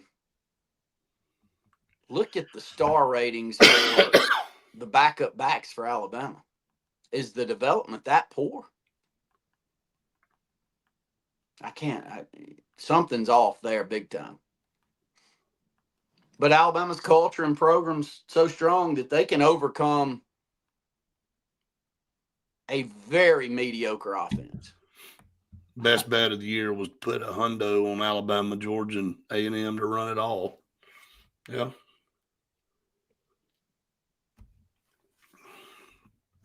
Maybe Alabama and Georgia. A&M's they're on Well, the they down. still got, like, in this morning could be an example. They still got a diaper full of Duke.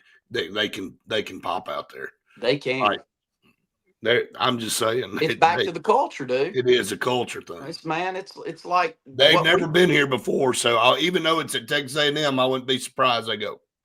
It's like where what you and I cover and you cover on a daily basis. I mean, there's just a culture of losing. Like, no, and it's hard to overcome that. I don't even understand, like, when you process things on trying to be, objective. Just the law of averages with everything Auburn has, you go, it ain't gonna go against you every time, is it? And it does, man. It's like I've never witnessed anything like it this year. Oh, I mean, the Auburn Georgia game was the worst one, Brett. You got to say that one will go down. Oh yeah, it'll go down like the same as 5 or 6 other Georgia ones over the last 20 years, where you go, we can't help ourselves, and we're not going to win them. And everybody in the crowd knows that. It's like Justin said last night. If they don't go up 24-0, I have no confidence. If Auburn goes up 24-0, my thought process is against still around Texas A&M 2 years ago. We about did, and still had to go to overtime to win. Here we are. Look at this. That's the running back rankings coming out of high school, Justin. Yeah. Is that right? Yep. Look at this. 20 seconds. Hey, and then this year they got the number 1 back in the country coming their way. I know it. Man, look if I'm that. Crowell, look at that, man. I'm questioning my decision if I'm 28 yards, man. Hey, SEC championship game, -3 yards.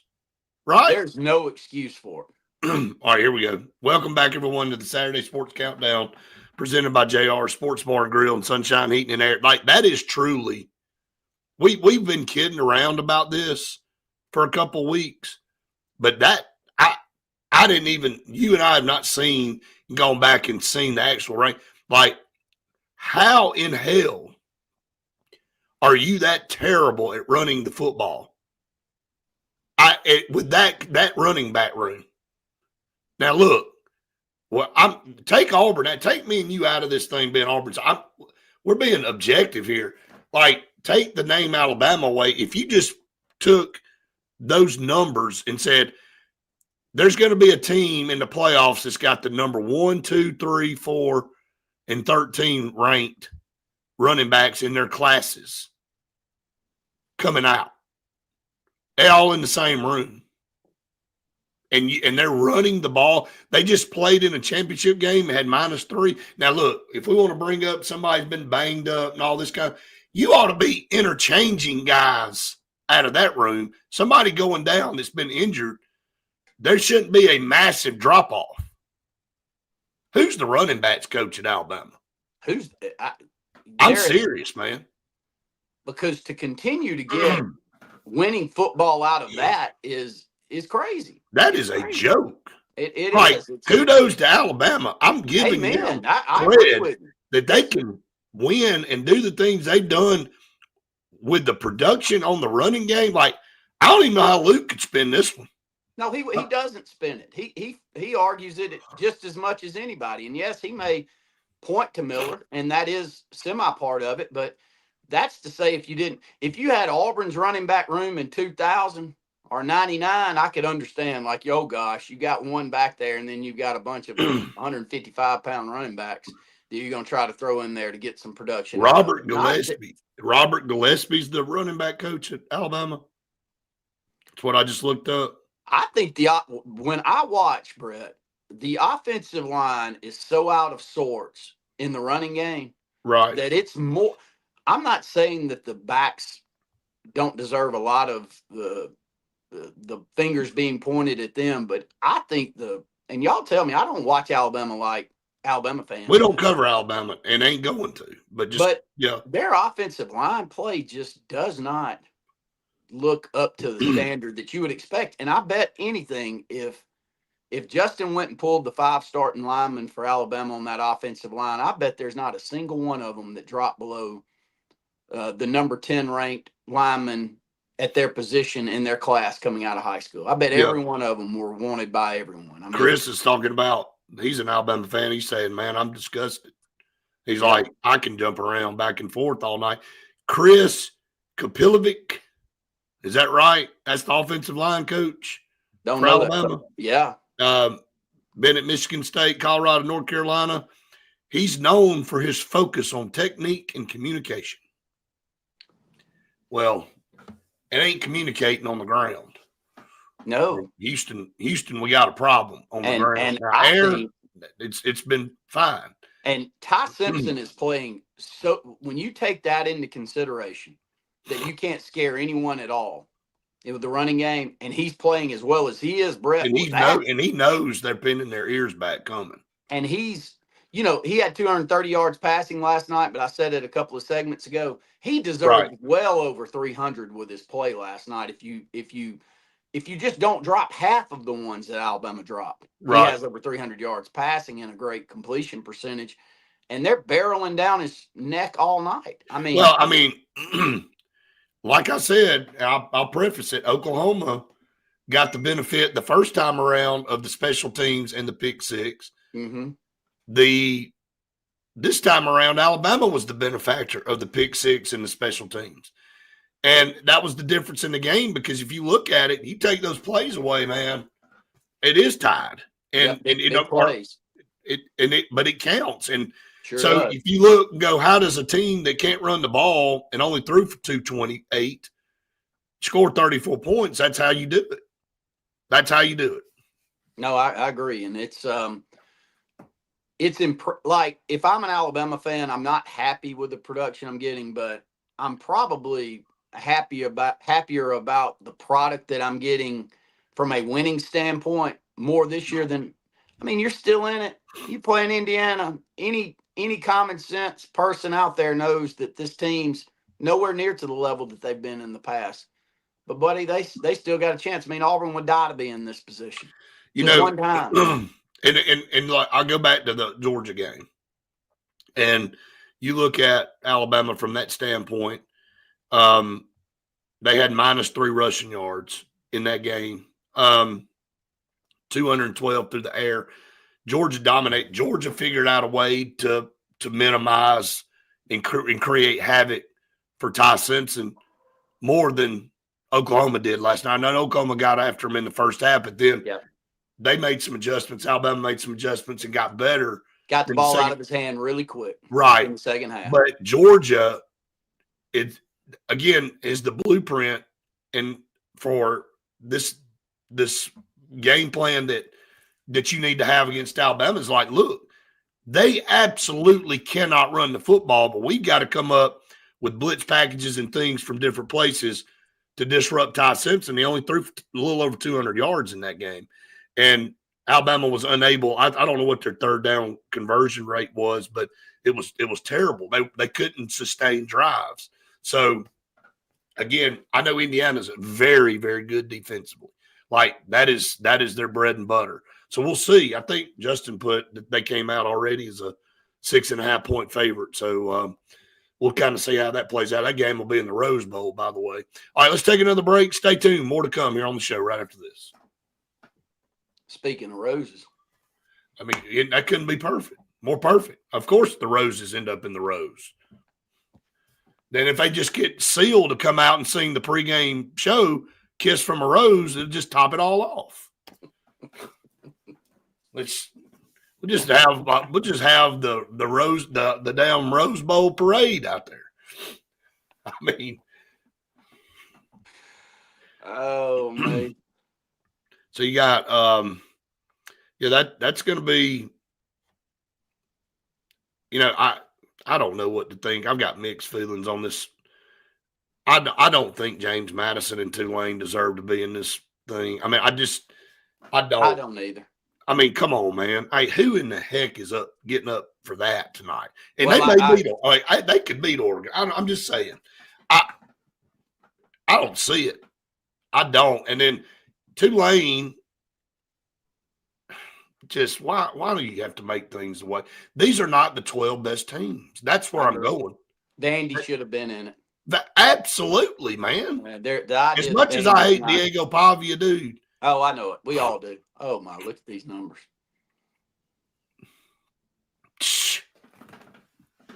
God. Run that down, Brett, when we come back home. Jesus. I mean, without seeing it, I know it. I mean, because anybody they get is tops in their class. I mean, you don't finish the number 1 or number 2 recruiting class every single year without getting everybody you want. I mean, and the 1 and 2 ranked classes, maybe even the top 3, it may sound like Brett and I did a show. Andy, by the way, Andy comes up with these topics that he really does a lot of research on, and it makes all of us sound like we know what we're talking about. And one that Brett and I like to go back to more than most is, I think this is just, you got to help me, Brett, make sure that I'm remembering this right. But one of Gus Malzahn's final years, we finished 10th in recruiting, didn't we? Yes. And so what Andy put together is, what's the difference between the 10th ranked class, and this was ESPN 300 guys, if I remember, Brett. What's the difference between the 10th ranked class and the 1 and 2 ranked class? And the difference that year was Alabama was 1 and Auburn was 10. Tell me if I'm wrong, Brett. They had 5 seconds. They had 23 players in the ESPN top 300, and Auburn had, I think, 8 that year. That's right. So and we were 10th. Right. Here we go. I mean, back for TV. Welcome back to the Saturday Sports Countdown presented by JR Sports Bar. I'll let you keep talking. Well, I said during the break that, first off, happy birthday to Andy this week. And Andy does a great job from time to time. We'll bring up a topic. Brett and I will bring up a topic on the show, and he'll go back and remember that topic and do actual study on, are we telling the truth or not? Yeah, much. Right. And then he'll come back and he'll throw numbers at me and Brett and make us sound like we know what we're talking about. And the one that we always like to go back to is, I think it was Gus Malzahn's next to last recruiting class. He finished 10th. And so what was the difference between the 10th ranked class and the 1st ranked class? Because you're pretty happy as an Auburn fan to be the 10th ranked class. There's no doubt. I think Alabama had 23 or 24 players in the top 300 that year, and Auburn had 8. So the difference between the 1st ranked class and the 10th ranked class was they got 3 times as many top tier talent. So when I bring up the running back position, Alabama doesn't sign guys outside of the top 10 in their class and run. Yeah. They don't sign them. And I was wondering about the offensive line. And here they are. Michael Carroll's the number 1 interior offensive lineman coming out of high school. Proctor was the number 1 overall offensive lineman. Brailsford's freshman All-American at Washington. Formby was the number 7 offensive tackle in the country coming out of high school. And Dewberry was the number 4 interior offensive lineman. They don't have a single offensive lineman that was outside of the top 10 in their class coming out of high school. Heck, they don't have one that's outside of the top 7 in their class. And then Brett just ran down the running backs. I mean, the 5 or 6 running backs they have, all of them. 1, 2, 3, 4, and 13 in the country. In the country, you are doing you're just not doing enough with what you're being given. Is the point we're making? And nobody knows how to do that more than Auburn. I can tell you that. Amen. Well, we'll take an orange and figure out how not to squeeze any juice out of it. But I tell you what, though, we're not dealing with these type of players. You can spin it however you want. We're not dealing with these type of players. No, you're right. I mean, that is a gross underachievement. So, all right, we got to get to another break. Stay tuned. A couple segments left on the Saturday Sports Countdown right after this.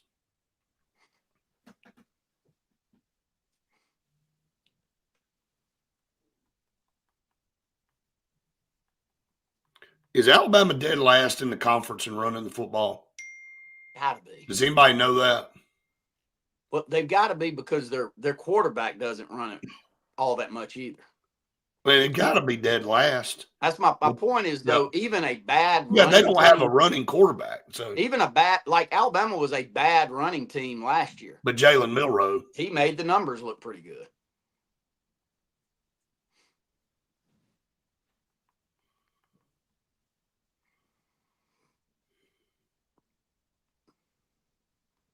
these numbers are astonishing.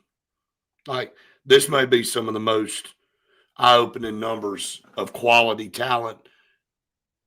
And now they're winning. The team's winning. So again, kudos to the team. But that is phenomenal that you have that.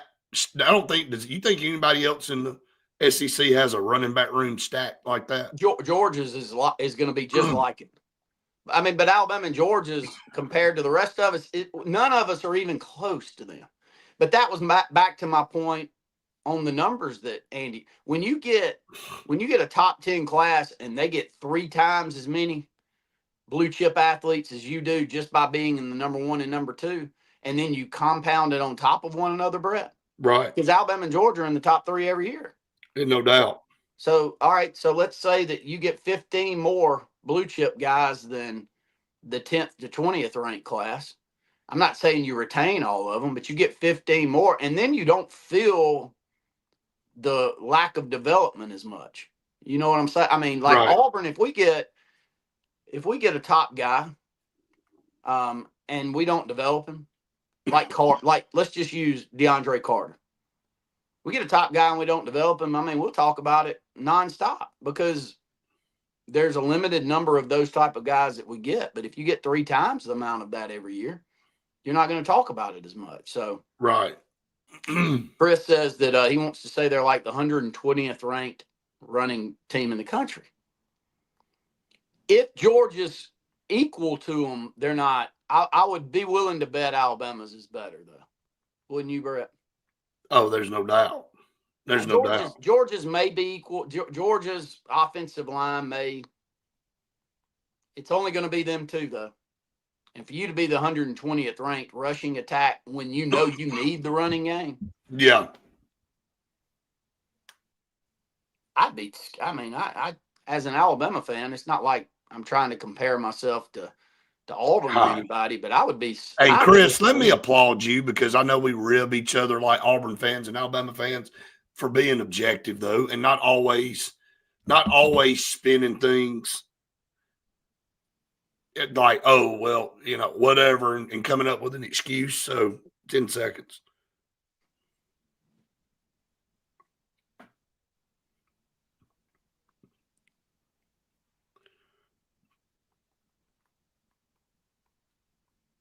All right, welcome back, everyone, to the Saturday Sports Countdown. I'm even tired of hearing myself talk. I'm glad there's only. Oh, you've done good. But it sucks, dude. I've been doing this with you a long time, and it sounds like crap. Once or twice a year, you're going to have the weather like this, but you're fighting through it. And the good thing is, Brett, and I'm trying to make you feel better. You're not sick. You don't. I'm not. You don't feel bad. Sick. Yeah. I've had years in the past where I've dealt with you and you were sick to go along. I don't know how I pulled it off that year in Tuscaloosa. Do you remember how sick I was? Oh, yeah. And the stuff I was coughing up. I thought I was dying. I don't know how I didn't get sick with you. Whatever, like you want to say COVID times 10 is what I felt like I had. But so here's the SEC rushing rankings. You asked for it, Justin gave. There it is. Alabama's next to last in the conference. Who's last? Us. LSU. I see it now. LSU 16. Shocking. I mean, and LSU. Okay, Alabama is a top 1, 2, or 3 ranked recruiting class every year. LSU's like 4 through 6. So the 4 through 6 get twice as many blue chip guys as the 10 through 15 does, whereas the 1, 2, 3 gets 3 times as many blue chips. My point is they don't have an excuse either. No. So they're averaging a little over 100, Justin, because they probably have a couple of cupcake games where they have really solid numbers. But Alabama, in the last 2 football games they played, they haven't rushed the football for 30 yards combined.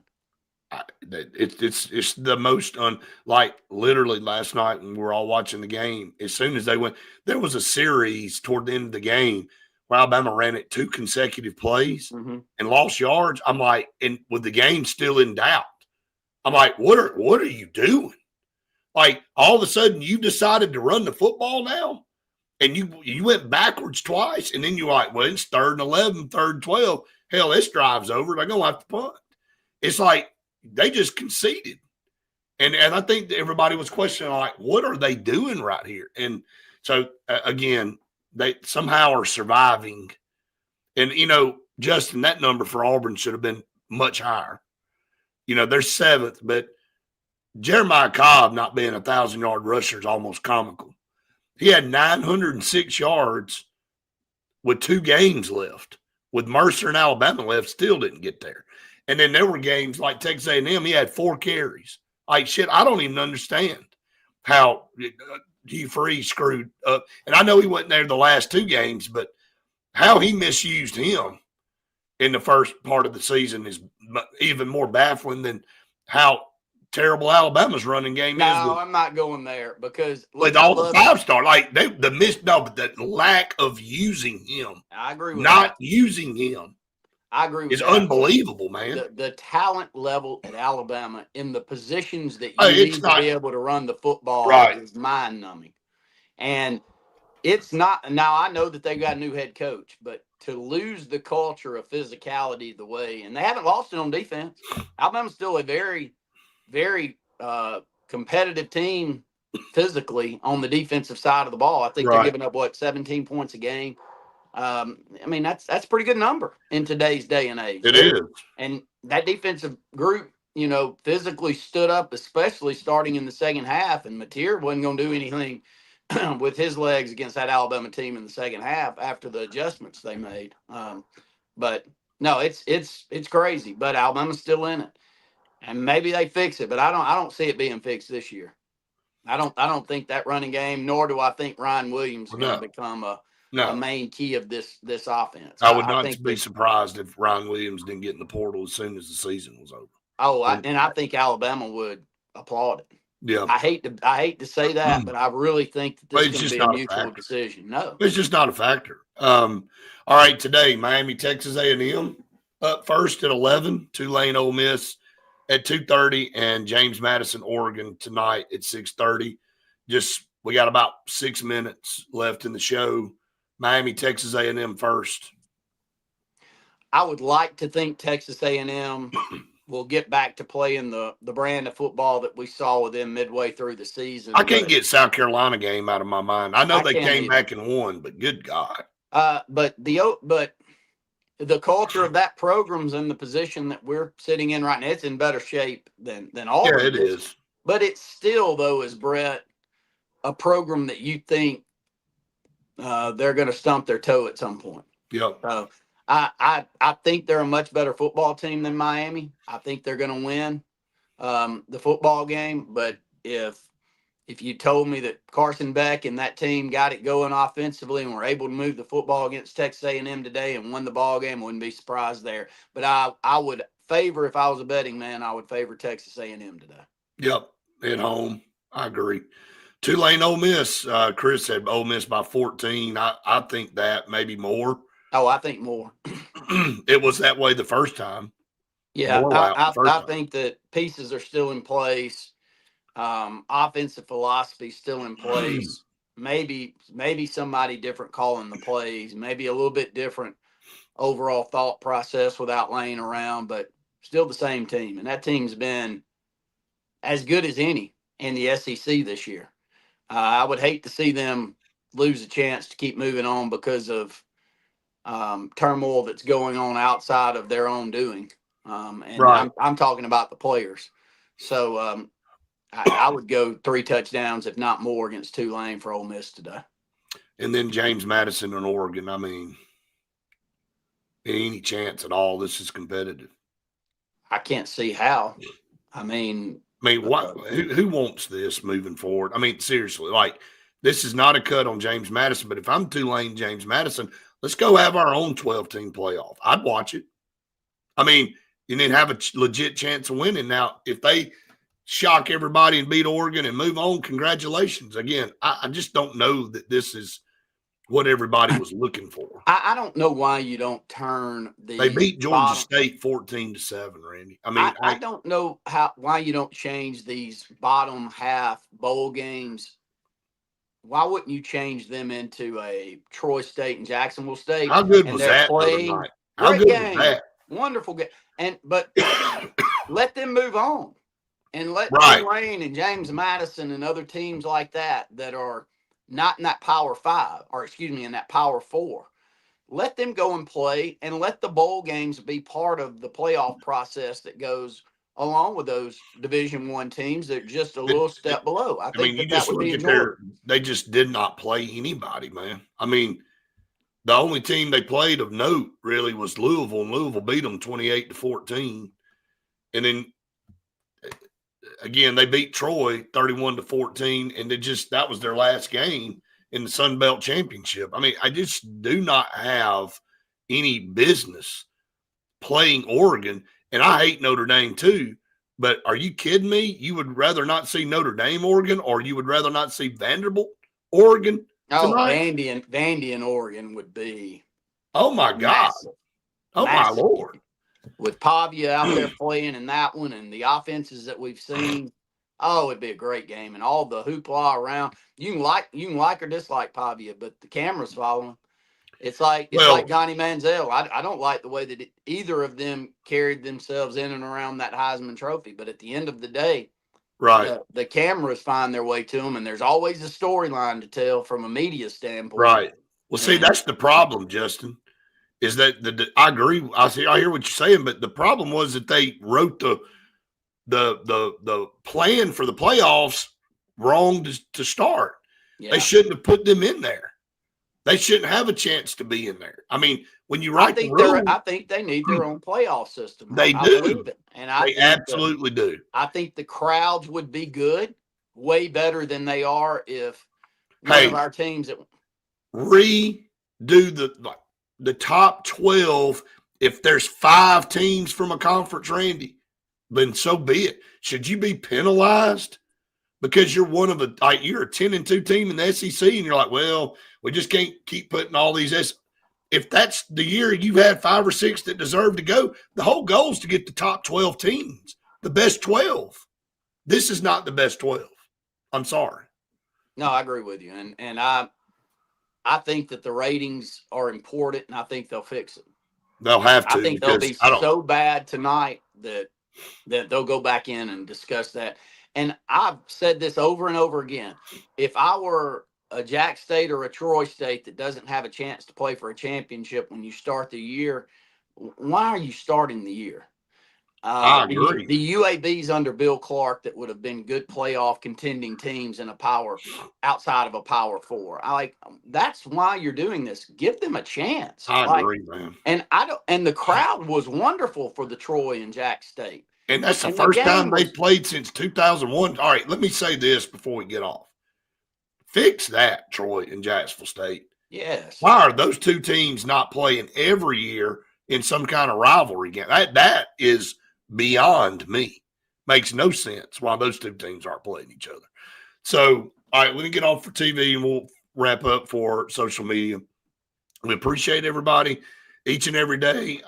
Sorry about my voice this week. Hopefully Monday it'll be back to normal. And if not, I'm just going to rip it out myself. Okay. But we appreciate all of you for watching and listening every single day. We will be back with you for more Saturday Sports Countdown next weekend. We hope all of you have a wonderful Christmas, a great week. Be safe out there if you're traveling, wherever it is that you go. We do appreciate all of you so very much here on the show, and we'll see you next time. All right, so to close it out here for social media, any final thoughts? No, I enjoyed the banner in the first hour. Appreciate all of you. You know, high school sports for the next month is going to be an intriguing conversation. And Brett and I, during the college season, and our high school season, haven't had enough time to dig into what's going on there. But right. With Brett traveling around the state with Faith, hopefully we can do a good job of filling you in the next month Right. on how this is going to play out, because for those of us that love it, this classification deal is a very, very important topic. It's important. It's important for a and lot the of public- schools. And the public-private right now is the biggest part of the pie that you don't know. Hey, let me tell you direction this, it's gonna Randy. go. This is going to be monumental. This is going to be something that's going to set the groundwork for years to come. This decision, Agreed. whatever this is, and it's going to shape high school football and high school athletics. Period. That's I would say in the next couple of weeks before the decision comes out. Right. We're not going to take a stance one way or the other, but I think it'll be fun for our broadcasting crew. I'm talking about the two of us, and maybe getting a StreamYard set up with maybe 3 or 4 others that are really tied into what's going on, and just have a true care for the direction that this goes. Because it's not an easy decision. Like I'll tell you what we may do too, and we'll do that show prior to January 23rd, and we'll come on. We'll work on that. We'll get 2 or 3 more to join us, and we will announce when we'll put that show out. But on the day of the reclassification, we may go live while it's going on, and while Vincent and them on TV are unveiling that, we have our own show going on, kind of podcast, and we'll talk about each classification. Well, I'm with you. I'd love to do that with you. It's all of you that tune into us know that I'm probably more passionate about that than I am, because I think Brett and I have more of a direct line of broadcasting and what's going on with the HSA side than we necessarily do with anything else that we're doing. And I'm proud that we built what we have over the years. So it is a big time, man. It's a big decision that's about to be made. And, there's 4 or 5 good friends of ours that I think would add a lot to that program. So we'll try. I tell you what we'll do is we'll try to promote that we're going to do that. Try to put some plugs out there. That way we can post it. If you're live with us, so be it. But in today's world, you go back and watch it for sure. In today's world, and Brett, just before we get off, the angle I want to go also is I like to hear the Ricks and the private school standpoint. Oh, we'll definitely have. I'm not sure. I'm not positive Coach Curtis can come on with you because he's so ingrained in the decisions and part of the board that's making them. But we know people that are connected with him, and we love Terry Curtis and love what he did at UMS, and I think he's doing a great job of helping lead right now. And then kind of take the opposite side of things on, why would you not think that it's a good idea to take away this multiplier from the private school standpoint? Whatever ends up happening, we just want to see the best for the game and the schools, and There's not a perfect answer here, Brett. Do what? There's not a perfect answer. There's not. There's no perfect answer with any of this stuff. That's the point I want to make. There's going to have to be some give and take on both sides, and you're going to have to walk out of the room unified, knowing that, hey, I had to give a little bit, but they gave a little bit too.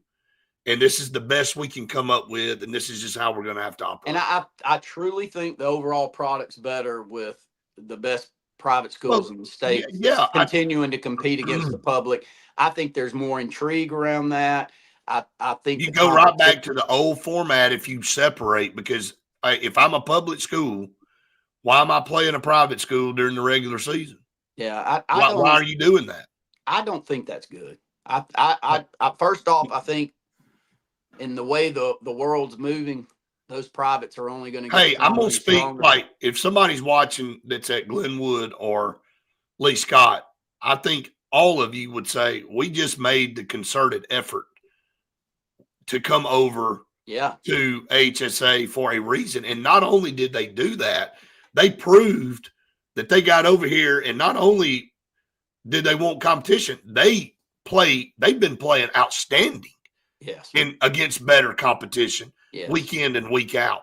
So are they putting blue trophies in there? No, but they just started. I mean, Glenwood went undefeated last year in the regular season. I know it. I mean, again this year. Yeah, the mindset is you've told your student athletes this is where we're going and this is why, because we want y'all challenged. And now you're gonna go back to the way you let. I mean, that doesn't, to me, it's hard to put goes back to the toothpaste out of the tube. Why are you gonna go back from where you just came from? I'm with you. So I don't know that, like, I've heard both sides, but I've heard from public and private schools, and everybody on the private side is not adamant about going back. I'm just saying. Let's get a couple of people from the private and a couple from the public, give the line of communication that's going on between the two, and let's put a program together and let's try to do that We'll the do first it. week of January. Well, I know January 23rd is supposed to be the announcement, so we'll do probably it. do it the second week of January then. Yep, that'd be good. Okay. That'd be good. All right, All right, sounds guys, good. everybody have a good weekend. See you later.